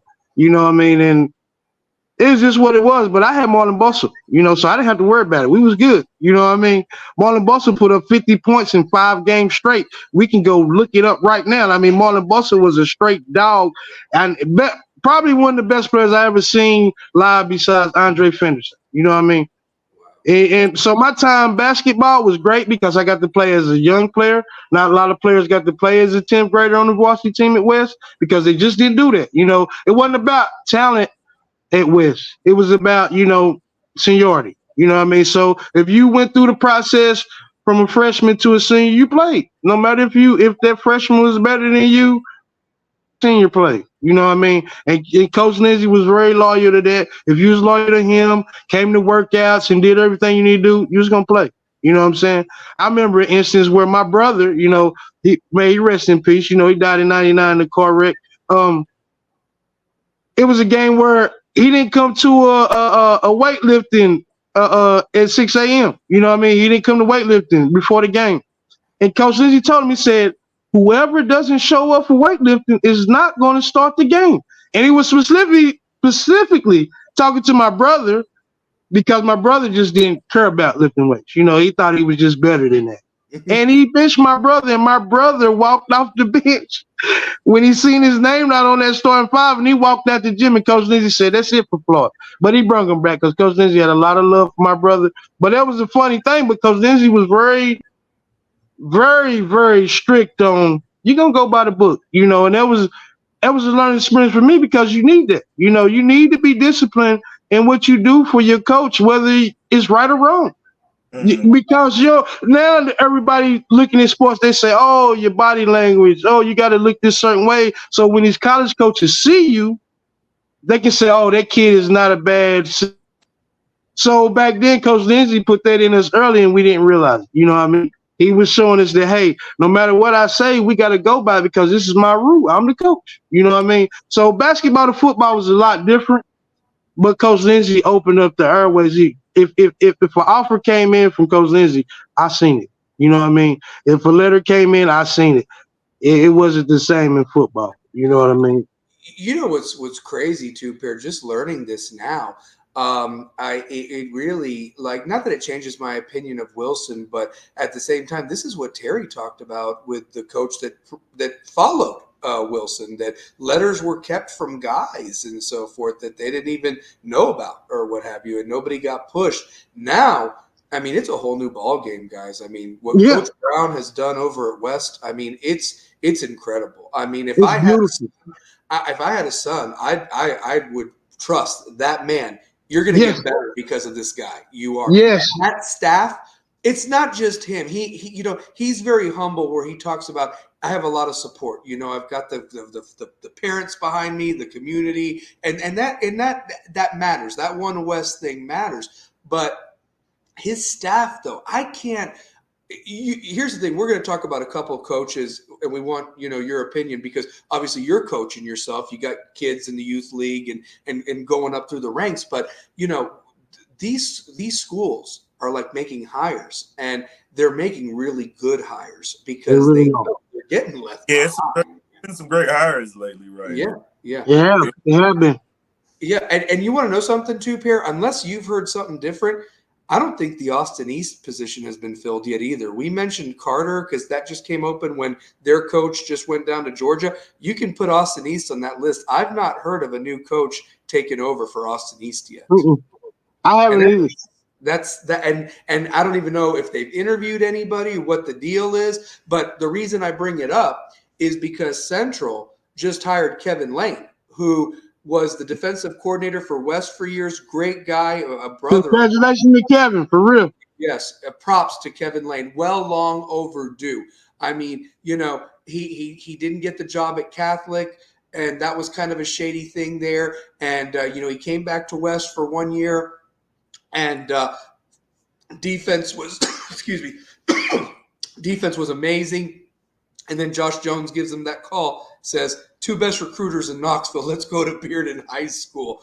And let me tell you something. Yes. That I know he's wanted to be the head guy. He's always been that second in command and everything like that. But that, I know, was a tough decision for him to leave a potential state championship team in Bearden of what they're bringing back this next year. You coach these kids for a couple of years, you get attached.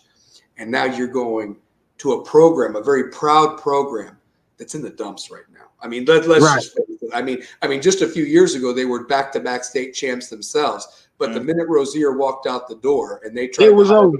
Then it was done. Yeah. You gotta kind of elevate it, and they've just gotten worse every year since.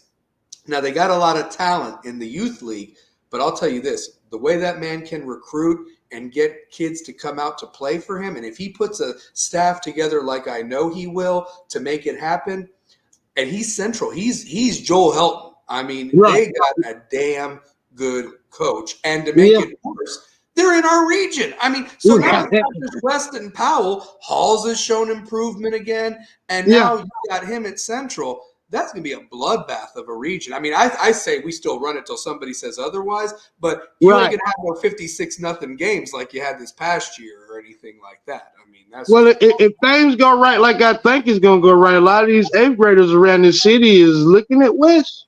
Oh yeah, you know what I mean? So I don't know if you heard this or not, Big O, but listen to where this program is now. Prior, and again, go back and watch, and so forth.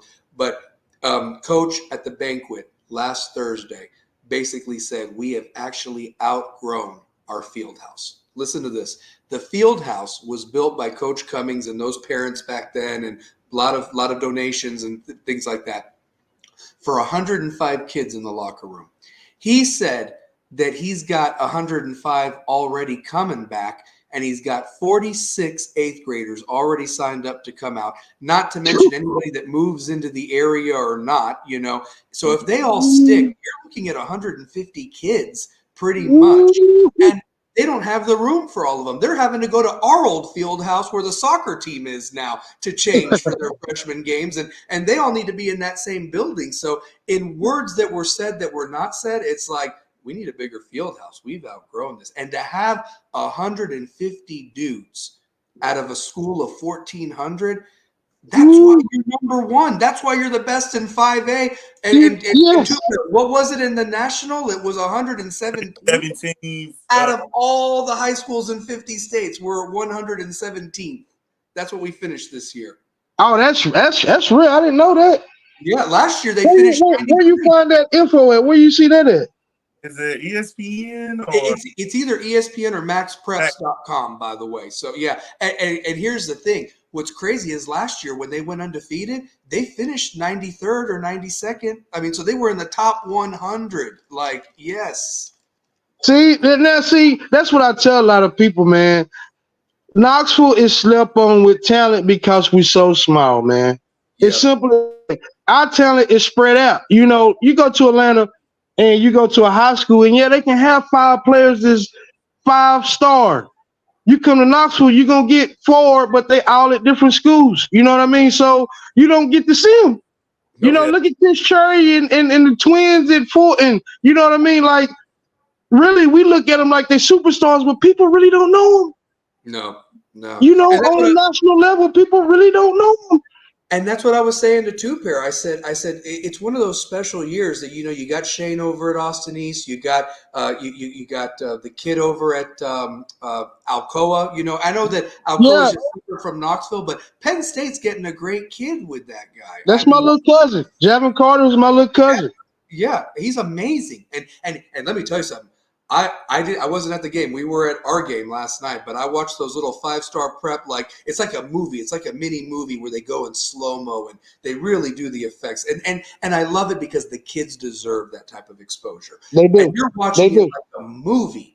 And God, that boy is beautiful with basketball. He is. And He is. But listen, it wasn't Alcoa that got him there. It was B Major League.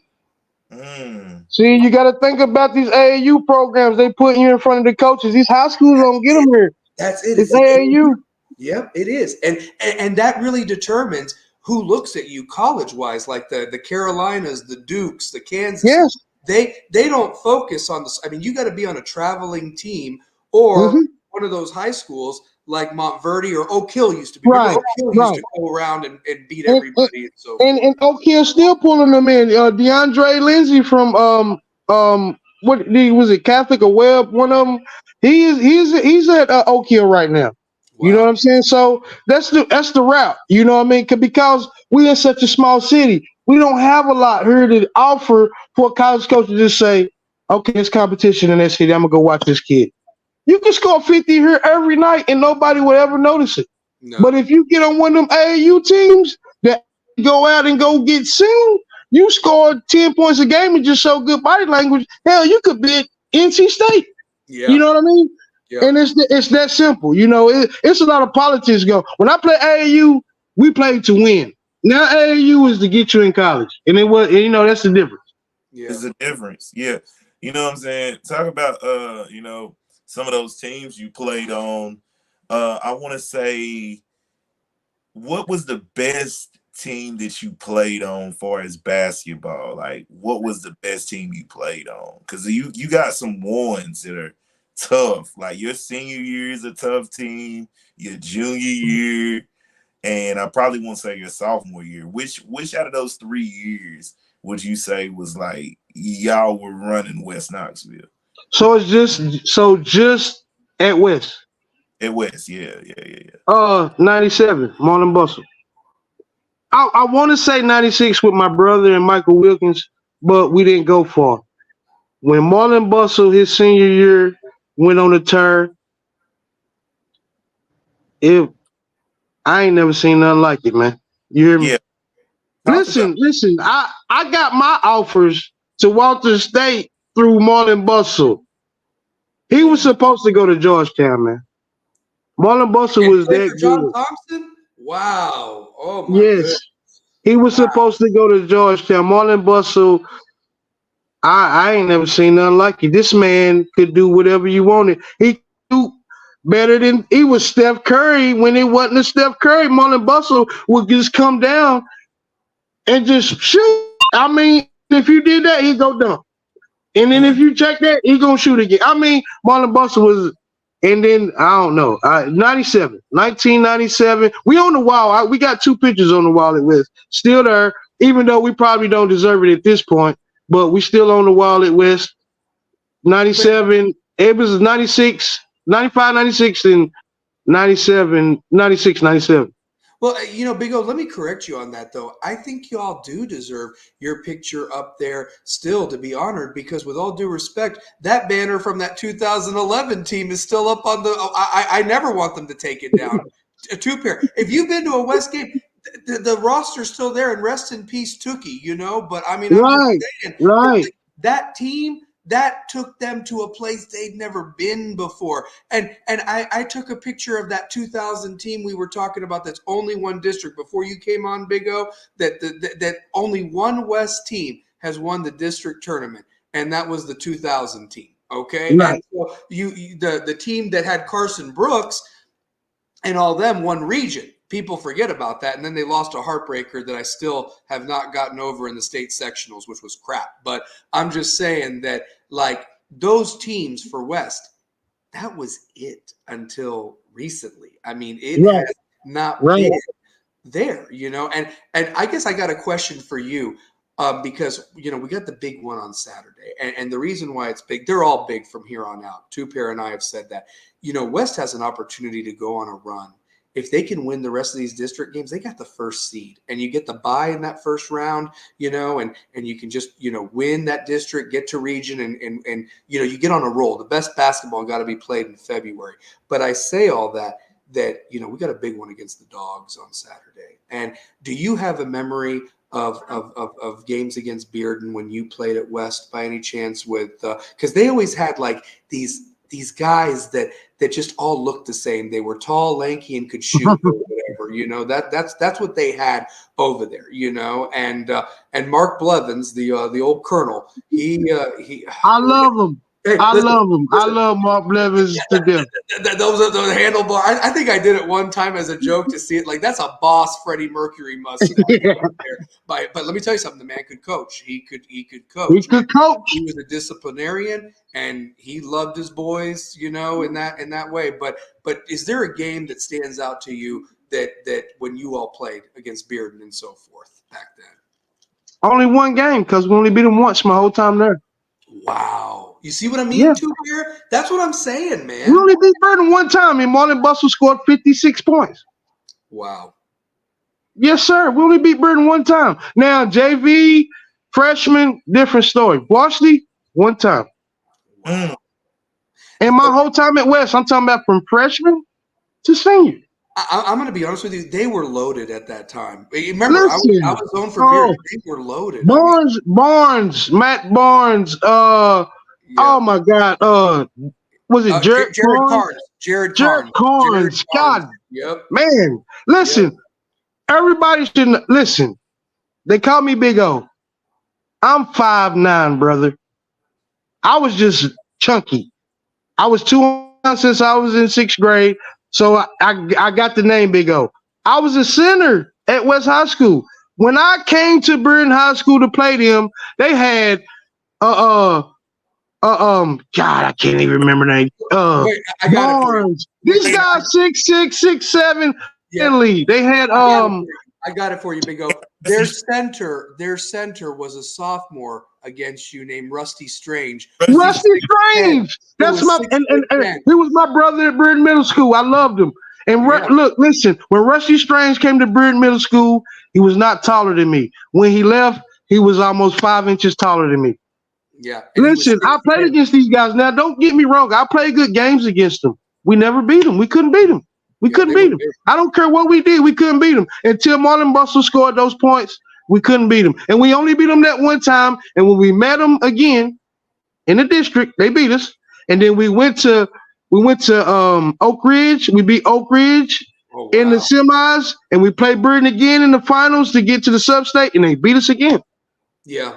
And that was Marlon Bustle's senior year. I'm talking about like Bearden is always on me. You know what I mean? Like we beat Austin East. We played Fulton twice. No, one time when I was in high school. We played Austin East twice. We beat them once and they beat us once. Brian Phelps scored 50 on us. Wow. Yeah, and then but the year before Marlon Bustle scored 55. You know what I mean? And we beat them at West. We went to Austin East next year, and so I mean, like I didn't have a high school career where I played a lot of high school teams that was dominant, but when we did, Bearden beat us, and we split with Austin East. Fulton beat us once with Fred Smith. Who was it? Alec Davis. Alec Davis, yes. Who else? Who else? Yeah, Carlos Dow. That's what I want to say because we played them at West. Carlos Dobson blocked Brian Darrell on a fast break his wrist because he smacked his hand so hard against the backboard. Oh my God! Wow. Carlos Dobson out. I'm telling you, at that time of sports, I don't think it is better because it was just so much talent everywhere. Like, it's not the same, it's a lot of politics. Kids going to private school. Nobody went to back then. You played at your school, you was on for it. You know what I mean? Yeah. I mean, yeah, they couldn't afford that. So I mean, and that's the thing, like they had all that nice crap and everything like that, but it was like nobody could afford to pay for it. And I don't think they started doing scholarships until like the 2000s, if I'm not mistaken. So, and you see, you mentioned Turbo a while back when we started and everything like that.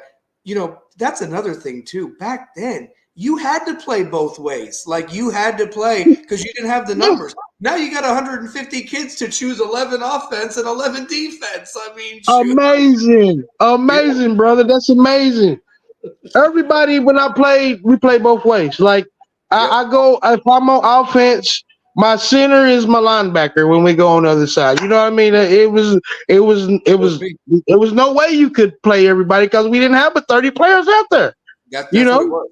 Yeah, that's what I'm saying. I mean, to go from, like, I think we had 45 guys my senior year at West to now go to 145 or 150, whatever he mentioned at that banquet.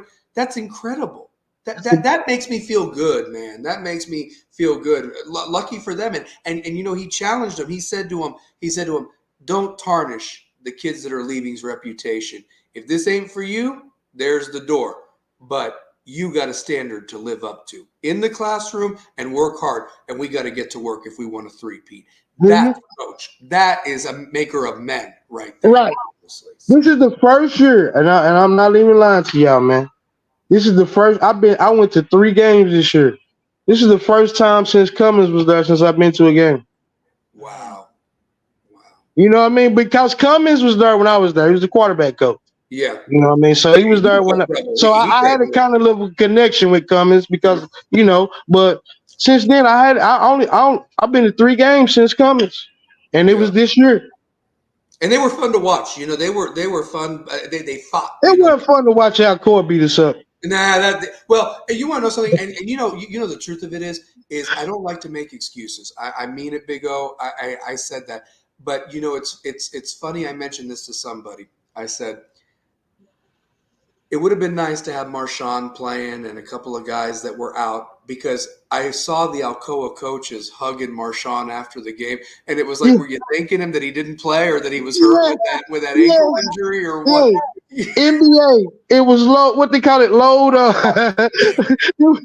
Marshawn just he couldn't play that game, man. They didn't want to show that. He was mad about it too, and he wasn't right. But the coaches privately had said that, look, great if we beat Alcoa, but if we not win the trophy at the end of the year, who cares? Nobody will remember that. Dude, that's the shit. Yeah. I ain't mad at it. You know what I mean? Can I say this?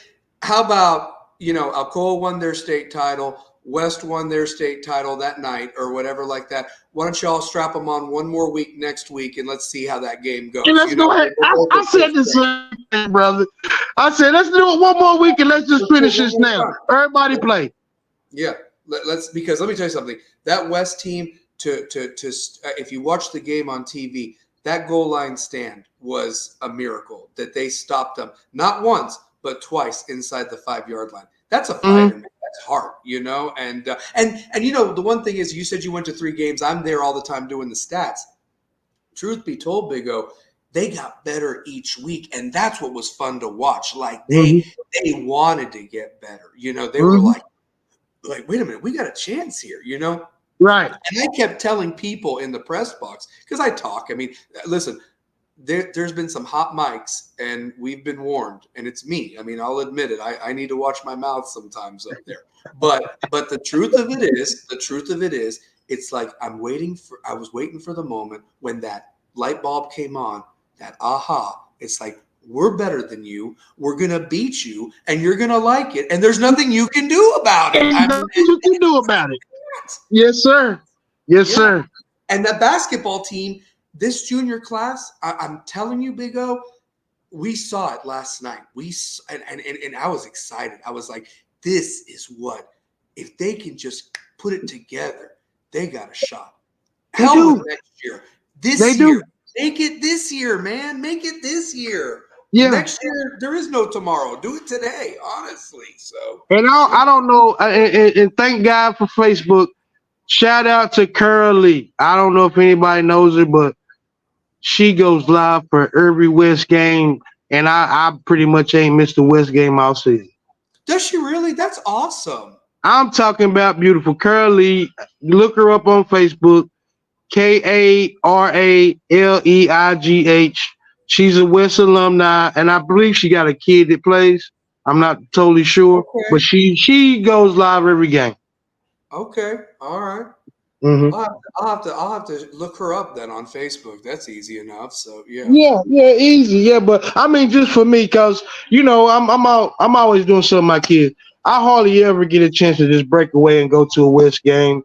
So when I do, I take advantage of it. But most of the time, I'm with my kids. You know what I mean? My kids play. I got 5 kids, 4 boys. They all play AAU sports in every sport, and they play every sport. You And know they what I have mean? to. Well, and you know what I said, Big O, before you came on, we were talking about the girls' team, and they've had they've had a rough couple years here. Won one game in the last couple years, and they're 0-15 currently. But the one thing that I want to encourage them is, it's like, look, just because the games stop, the season never ends, man. I mean, go No. get the ball, go to the park, shoot a hoop if you don't have one in your driveway. Like, find somewhere to shoot and run and stay in shape, because it's year round, like you said, man. It Whether is. you or not, if you really are serious about this, it is a year commitment, and it don't stop because somebody's doing one more lap around the track than you are. I mean, it's Mhm. always like you got to push yourself, honestly. So, and that's, Yes. we got to encourage, to get better. And you being a coach, you being around that with your kids, if they want to be great, they've got to put in that work. That's If you're not doing extra at this point, if your kids say all I want to do is play basketball, if you're not doing extra, you might as well say, well, we might as well just go to school. You know what I mean? Because you're not doing enough. Because my kids are talented enough, and I'm thank the Lord. You know what I mean, that they can play every sport pretty good. So I let them play everything because my kids ain't really old enough to where I can say, hey, you need to focus on this one sport. But the moment they say, I love this sport, we're going full throttle. We're going to get trainers. We're going to do the extra work. We're going to do whatever. I'm going to do. I'm going to do my work to help them get to their next level. You know what I mean? Because as bad as people talk about LeVar Ball, that's what you need to get your kid to the next level at this point, because the talent is just so much. I mean, it's everywhere. I mean, like, you got kids are so big now, and so it's just a different world from when I But was. can I be fair to LeVar Ball? And listen, I used to laugh my butt off about the big baller brand shoes, $400 I or did too. whatever they were. But here's the thing, though. Who else is going to be their mouthpiece if they have a coach like what you said in football that didn't even push you? Thank He's you. their mouthpiece. Like honestly, and you know what? We should be proud of our kids. My God, there's so much negativity in this world, and everybody talks about what you didn't do right. I mean, you got to pump them up, man. Mental illness, all that stuff. I can't even imagine going to high school now with all the stuff compared to how we went 30 Right, years ago, or right. something, 20 years ago, whatever it is at this point. But it's things like that I think about. And there's some people that are just cold people. That's on them. I at least have sympathy or empathy rather, that, these kids go through a lot. And the academic standards now in schools of what they make them try to learn, instead of just teaching them on their own and try to teach it all one way, making robots, it's like, I don't agree with that. I don't. Yes, They're yes, kids, and they're going to be adults for the rest of their life. Enjoy this, man, because it's over like that. Over. yes. Listen. Every kid right now that's in school, from this graduating class all the way to 2032, they went through something that none of us had to go through. And that was a COVID year and a half of missing school. Yep. Listen, they can't be replaced, man. No. You feel me? They cannot be replaced. That is the worst thing that could have happened for them kids. Mm-hmm. But it's up to the parents, man, to get them kids back on track because they are so far behind. Last year, in the schools that my kids was in, Sirmore Green is where they go. But I know kids in other schools in the city, they try to fail those kids out of third graders. They try to hold them all back. They trying to save them because they know they missed so much. But at the same time, how can you do that? You know, you gave them a curriculum. Do you not think you gave them enough? What was the problem? And it's per participation, man. Parents have to take up their other part. If parents are not stepping in to teach their kids a little extra, because I promise you, from now, the graduating class now, all the way to 2032, man, they're going to struggle in school. You feel me? They're going to struggle. They missed a lot, man. They did. You know what I mean? Like I did good in school. I was pretty good. I thought I was pretty smart, you know. But these kids coming up nowadays, they smart. But that little time they miss, man. You know, you got a lot of kids around who can't read, who was in the 4th grade. Yeah. You know, and I'm not saying they can't read a word. I'm just saying they can't read up to the qualifications of being a 4th grader. Yeah, and that's bad. They're reading it like a kindergarten, 1st grade level, like 3 levels below. Yeah, I get it. Yeah, totally. Yeah. So and that's the thing, man. A lot of people don't realize this if you're not really in tune with the school. And I got friends that are teachers, all that stuff. And the truth of it is that jump from 2nd grade to 3rd grade is the one. It ain't no joke. And you that's see the one. They start testing the kids. Yes. 3rd grade on, and then the teachers get the backlash and all this stuff.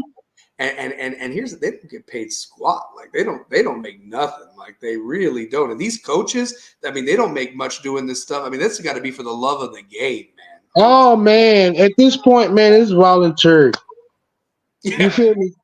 I'm talking about to middle school, and now this is starting to creep into high school also. It's almost voluntary. Just come out here and help the team. You know what I mean? Because I don't. It's a different subject. But the generational thing that's going on now is just done changed so much that people is not accountable for helping the youth. They don't care no more. Nobody's stepping in. Man, I can remember so many people that used to step in at my elementary and middle schools. Parents used to come in and it was never a hole. It was always a link to keep it there. You know what I mean? Now it's flooded. Floodgates open. Nobody helping. You know what I mean? I blame it on my age group. You know what I mean? But it's a few of us that's still out here trying to keep the community together and keep these kids embedded in what they need. But on the most part, to be fair, honestly, and Pair, please chime in, brother, because the thing is that I think about too is how much of a role does society play in this too, and so forth. Like they're almost like making you like oh, you know what? The heck with anybody else. Don't help anybody. Be selfish and just forget about your own. Forget about what I mean, and so forth. And I think another part of that is you look at how expensive everything is like nobody really if you have extra to give, and I've been blessed to do that and so forth like that, but not everybody is on that level, and the ones that have a lot aren't really all that. Some are, but not all, and if it's like you know what I mean. Two-part. Do you remember Miss Burnett, the lunch line lady? Yeah. I know you do. You feel me? Like, you feel me? Like that, we missing that in schools now. Yeah. Those people got older, they moved on. There was nobody to replace them. Yeah, my Aunt Maddie was in the cafeteria when I was in school. Yeah. He ran like all the cafeterias. You know? I'd even throw a couple of janitors in there too that were nice, like that they busted their butt to make that school look clean, and so forth. That people would make snide remarks or whatever like that, but I always thanked them. They were always nice to me. You know what I mean? Like I think about janitors too in schools, and not only the lunch lady too. Yeah. it's just a different era right now, and It is. I'm thankful. Totally. Totally. And what you doing? Like, talk about finish the drill. I see you always posting stuff on finish the drill, man. Some of the stuff is comical. Like, how did that get started? Well, you remember Andrew Washell? Yeah. His brother is the creator of Finish the Drill. Oh wow. So Yes, the force. Guru, recipes guru. Yes, Guru. Yes, baby. Yes, Fulton High School and Central. You know what I mean? Mm. But it's just a place to come to I guess just structure stuff. You know what I mean? We all in rec league sports, football, basketball, 8U, 10U, 12U is about as far as we go. And we just get on there and just talk our stuff. You know what I mean? Sometimes it get deep, it get heated, you know what I mean? But as a whole, all the coaches around the city, we good. You know what I mean? So it ain't as bad as what it looked. But sometimes we get down. You know, we might make a whole meme on you. You know what I mean? So they might have you. It could be anything. You know what I mean? It's a fair game, but it's a beautiful thing because it has brought us all closer. If y'all know any kids that want to play travel football, we have the East Tennessee Bears coming up next this Sunday at man, I gotta send you a link, bro. Just so you can send it. We'll plug it. We'll plug it. Yeah, but East Tennessee Bears, you can look that up on Facebook. And it's a travel football league to cater to the Knoxville kids, to put them together. We've been beefing for so long that we know that we beefing for nothing because it ain't for us, it's for these kids. So now we're trying to put a super team together for every age group, build it up, go out of town, travel, and compete with these cities that's been beating our butt all this time. You know what I mean? So That's what's up. Yeah. I love hearing that. that. No, send us the link and we'll definitely plug it, honestly, for sure. I will. What I do, I just plug you in on Messenger, send you the East Tennessee Bears link, and you can do what you need to do with it. But it's on Facebook, East Tennessee Bears. Sunday we have a tryout. Boom, we in there, man. I'm telling you, it's something beautiful. First time ever done where almost every coach in the inner city is involved. It ain't never been like that, man. I promise you. Austin East never got along with Fulton. Fulton ain't never got along with CCD. MCA don't get along with. You know what I mean? Yeah. So everybody has a coach involved. It's a beautiful thing, man. I think it could work. That's awesome. So, hey, there's nothing wrong with rivalry, competition. Iron sharpens iron. You know what I mean? And yes. And at the end of the day, when the game's over, shake hands and go from there. Honestly, so simple as that. Yeah, man. So glad we got you up on here, man. Oh man, dude, this has been amazing, Big O. Thank you so much for taking the time to coming on. And the other thing too that look how much has changed since you played. There's a new high school, Hardin Valley. And yeah. they got the academics. I mean, you can go there, and that you actually go to like a wing, and like you do all your classes there, and you might have like your freshman year done at college already because you were already in like a subject. You know what I mean, like medicine or stuff like that. But, the one thing that me and Two Pair have always kind of talked about, they're still kind of the new kid on the block. They got some kids from Karn zone, some kids from the Farragut zone and everything like that. But why do you think they haven't gotten good in football with all the money that is out there? They're good at like soccer and baseball and everything like that. But like, why are they not there yet in football? They just made a hire. What was the coach's name, Two Pair, that they hired from Georgia? You have it written down. I don't know what his name is. It wasn't Pemberton. No, Pemberton's at Campbell County now. So yeah. Tyler Wynn or something like that. He came from Valdosta down there, and Valdosta, they got some good football down there in South Georgia. But it's like now they're bringing in somebody from Georgia. I hope he understands what he's about to get, because in my opinion, and Two Pair, you can back me up on this. In my opinion, it's Florida, it's, Georgia, Texas in football. Like the best players come from those states. Not that there's not talent here, but, I think that boy is going to have a rude awakening of what he got used to, where they breathe, eat, and sleep football in Georgia, to the country club that he's about to get over here in West Knoxville. Because that, I don't know. Well, listen. It's you. If you're not going to do anything to get them players there, then you can't expect the players to come there. Simple as that. You know what I mean? You got to offer them something. If you're not offering nothing, you can't expect it. So, I mean, you can have all what you say you have, but if you're not offering a good schedule, if you're not offering coaches to come see you play, if you're not offering, I mean, I'm going to be honest. If you're not offering something for the parents to get them there, like transportation, because some of these schools go above and beyond to get your kid into their school. You know what I mean? They may even give you a stipend and give you a gas card. I don't want to talk too much on it because I don't know how far that line goes, but these things are going on. You got people under the scenes who are making things happen for these kids to get to these schools. A lot of these kids ain't zoned for their schools, actually, but on paper they are. How's that work? You know what I mean? Because it ain't nothing to go back and fact check to see if it was. You know what I mean? Yeah. So yeah, preach, man. No, preach. And like I said, if the product ain't good, who's really going to waste their time and go out there too? My nephew went to Hardin Valley. He loved it. He came from Corns. He loved it. Cortez Campbell. I don't know if any of y'all remember him. That's my nephew. Okay. He did pretty good out there at Hardin Valley, but he went to Georgetown. Look at that. Football. He went to Georgetown.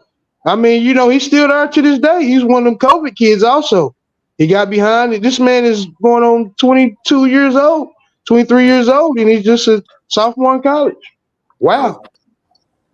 So things happen, but I don't think he's going to go back and play football anymore. I think he's pretty much done with that part because he got sick. He lost a lot of weight. Just some things happen.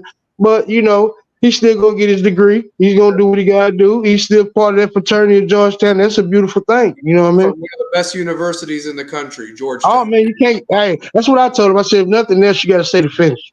Nobody's going to take that from you. You can't take that away from you, brother. You got to stay there. So, yeah. No. Hell, I'm proud of my UT degrees, both of them. So, you better be. Hey, anything in this day and age, if you work for it, you better be proud of it. And you better spout it, too. You know what I mean? Because everybody else is. Oh, yeah, for sure. So, Definitely. Hey, man, I appreciate y'all putting me, man. Listen, I really do. Man, thank you. Thank you for coming on, here's the deal. You got to come back. You got to come back on. We'll have you back on. We'll definitely do that. What I want you to do is make this promise. If you can watch some West football games when you got some downtime, which I know you don't, or what have you, you just need to watch some of the games from last year, because I want like an opinion of what you think of, like, who some of these players, like from the Cummins era to this era, because there was some special guys on this team. Who I love from that team? Who? DeRoche. Hey, man. Hey, every time I turn the TV on, I watch West play. I heard that man at least 10, 15 times a game. Oh, he's an animal. He's an animal. And I'm mad because I don't know his brother. They talk about his brother. Was his brother just as good as him? I think he's better. You think he's better? I think he's better. I mean, let me just say this. This kid came out of nowhere to start at defensive tackle. He wasn't even penciled in to be the defensive tackle. That defensive tackle went to go play right tackle at Alcoa. And I ain't even going to say anything more about it, because he could have stayed and gotten a ring with us. He goes and plays offensive line instead of being our defensive tackle. What's even scarier is you could have had DeRoche, him, and CJ Smith. And this defensive line set the record, 51 sacks this year, the all-time record.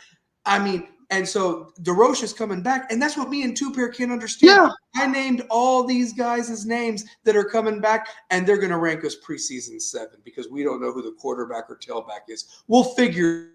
Keep doubting us. Keep doubting the Rebels, honestly. I guarantee you. No, I'm not going to say it. I'm not, but I'm just telling you. Some 8th graders are talking about going to West. Mm-hmm. Next year, West going to replace the quarterback, whoever they got to do, because they're going to have something to, But look for the future, man. Oh, yeah. No, there's an 8th grader. I don't know his name. He's a tailback.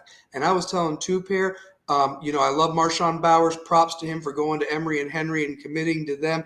But Yeah. West always finds a running back. West Always finds a running back. Always. And when you have 3 of them, holy crap, that's a lot of carries. And that offensive line, that's like the dang Great Wall of China. I mean, because we lose a couple guys and we plug guys that look just like that guy, and it's like they create a wall. They create a wall. And, and the defensive side of the ball, forget about it. You have all 11 players ready to kill somebody. Honestly. Ready to kill.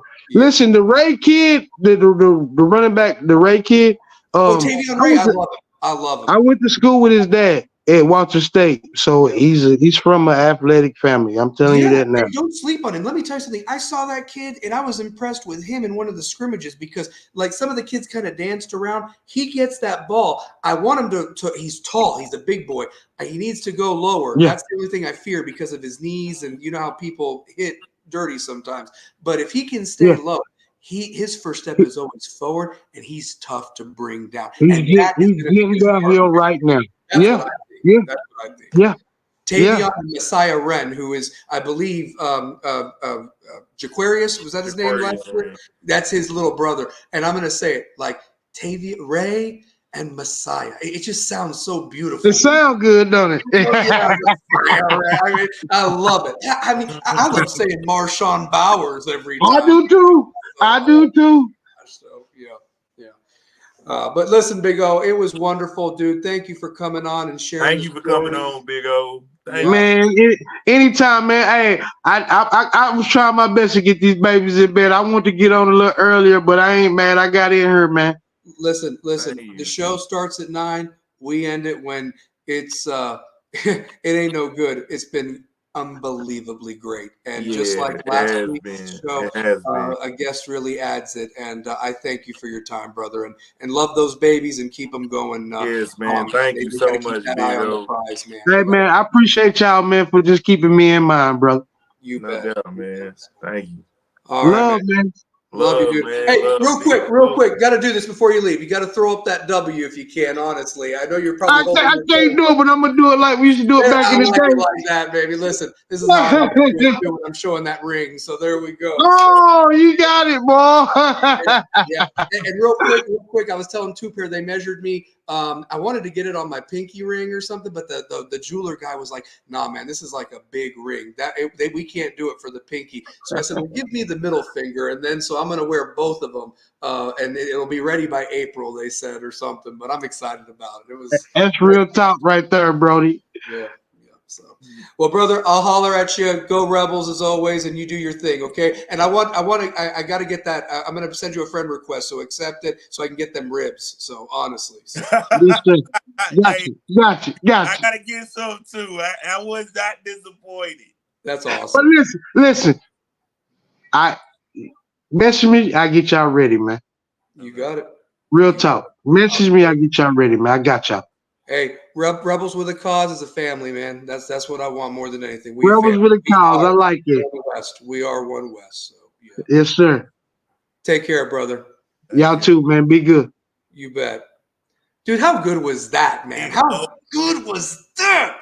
Big O, I'm telling you, man, he's like I say it all the time. Big O, Brian Durrell, like Spencer, they were like the guys that went to with Shad Broyles, Mike Wilkins. There were some guys I forgot about, man. Yeah. And I love that he mentioned, but dude, he was name dropping. He was name dropping some guys that played at Austin East, Fulton. I remember, and then also the Bearden guys. I didn't think anybody else remembered Rusty Strange or Jason Barnes or Jared Carnes. He remembered all them.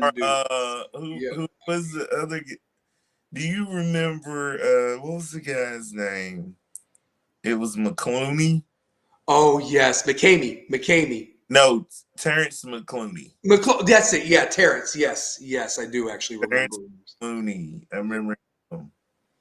Yeah, they had some guys though. Man. No, well, and you know what was so interesting, real quick.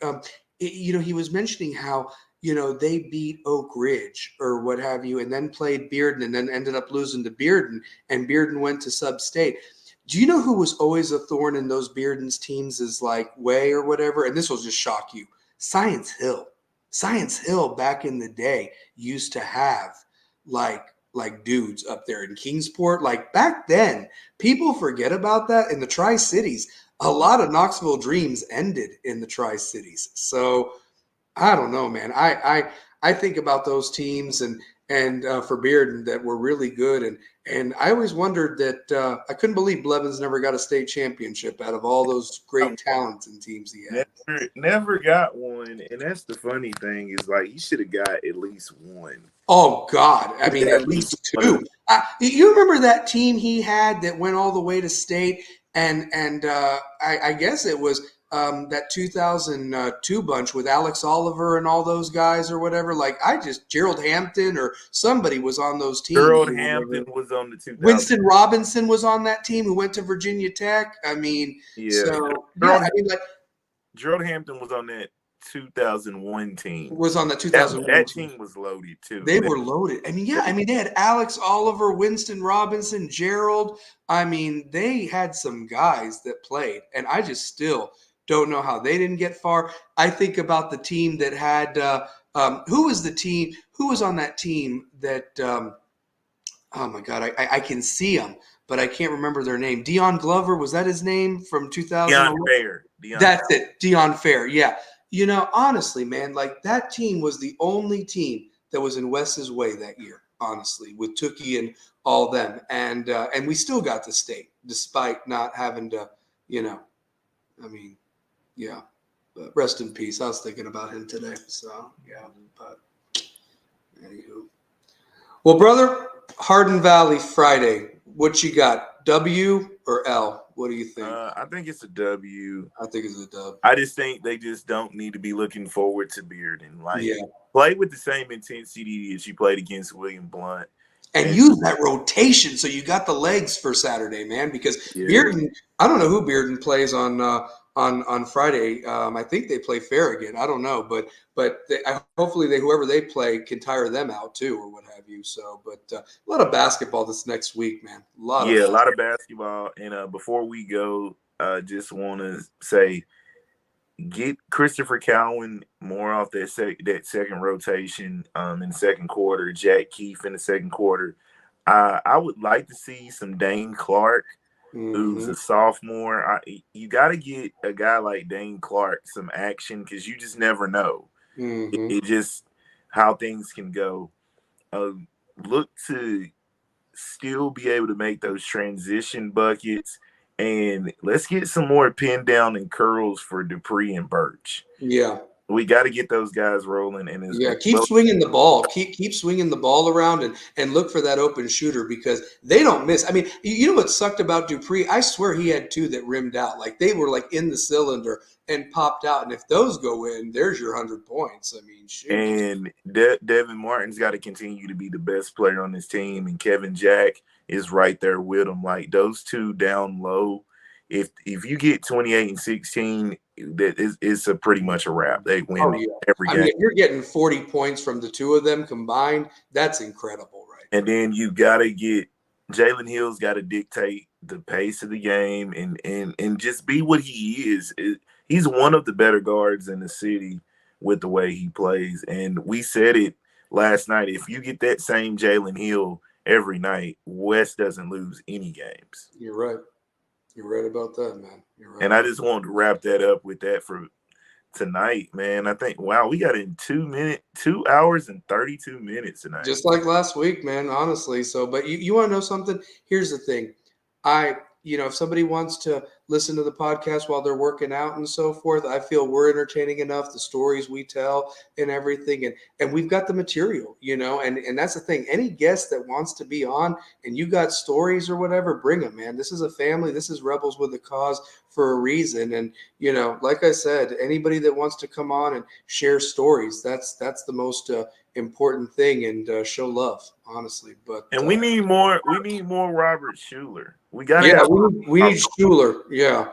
We need the law firm of shooters of Birch, Dupree, and Schuler. That's what we need. That's the yeah. Oh, that's the name of our law firm. That's the law. Yeah. Do you like that? I came up with that just then. So Birch, Dupree, and Schuler, the law firm of three. So there we go. The law firm. Yo. I got a little bit. I'm not as good as you, but I got a little bit. So that's the law firm. Yeah. Yeah. I even made Bivin refer to that defensive line, the law firm of Smith, DeRoche, and Smith, or whatever like that. So, I mean, shoot, last year. But, yeah. But, brother, listen, it's always real. You know, I love you, and you keep doing your thing. And, you know, it's always about that W. That's why we throw that up. And I would throw the dub up, but my phone's about to die. You're good. No, you're good, man. We juiced it out. So, but listen, holler at us. Go to the games Friday, Saturday. Support that senior class for the boys and the girls, and also, you know, Bearden Saturday night grudge match in Marble City. And when you announce it, I want you to say, "Bearden, are you ready? Marble City, are you ready?" Just like the grudge match from 11 years ago. And you know what? I almost want to bring a little small broom if I can buy one or whatever like that. If I can somehow hide it in a bag or whatever, just like a mini broom, and just hold it up if we win on Saturday. That'd be awesome. Like that would be Stallion-esque right there. So I'm going to go look for one. I think I'm going to go look for one. We need it. We need this win. Like, we need this Hardin Valley game, and we definitely need this Bearden game. Yeah, and then we need to go own Blount County next week, Monday and Tuesday night. So, yeah, stick a flag for the W there. Well, anyway, holler at you guys. Love you as always. It's Rebels with a Cause. Go Rebels.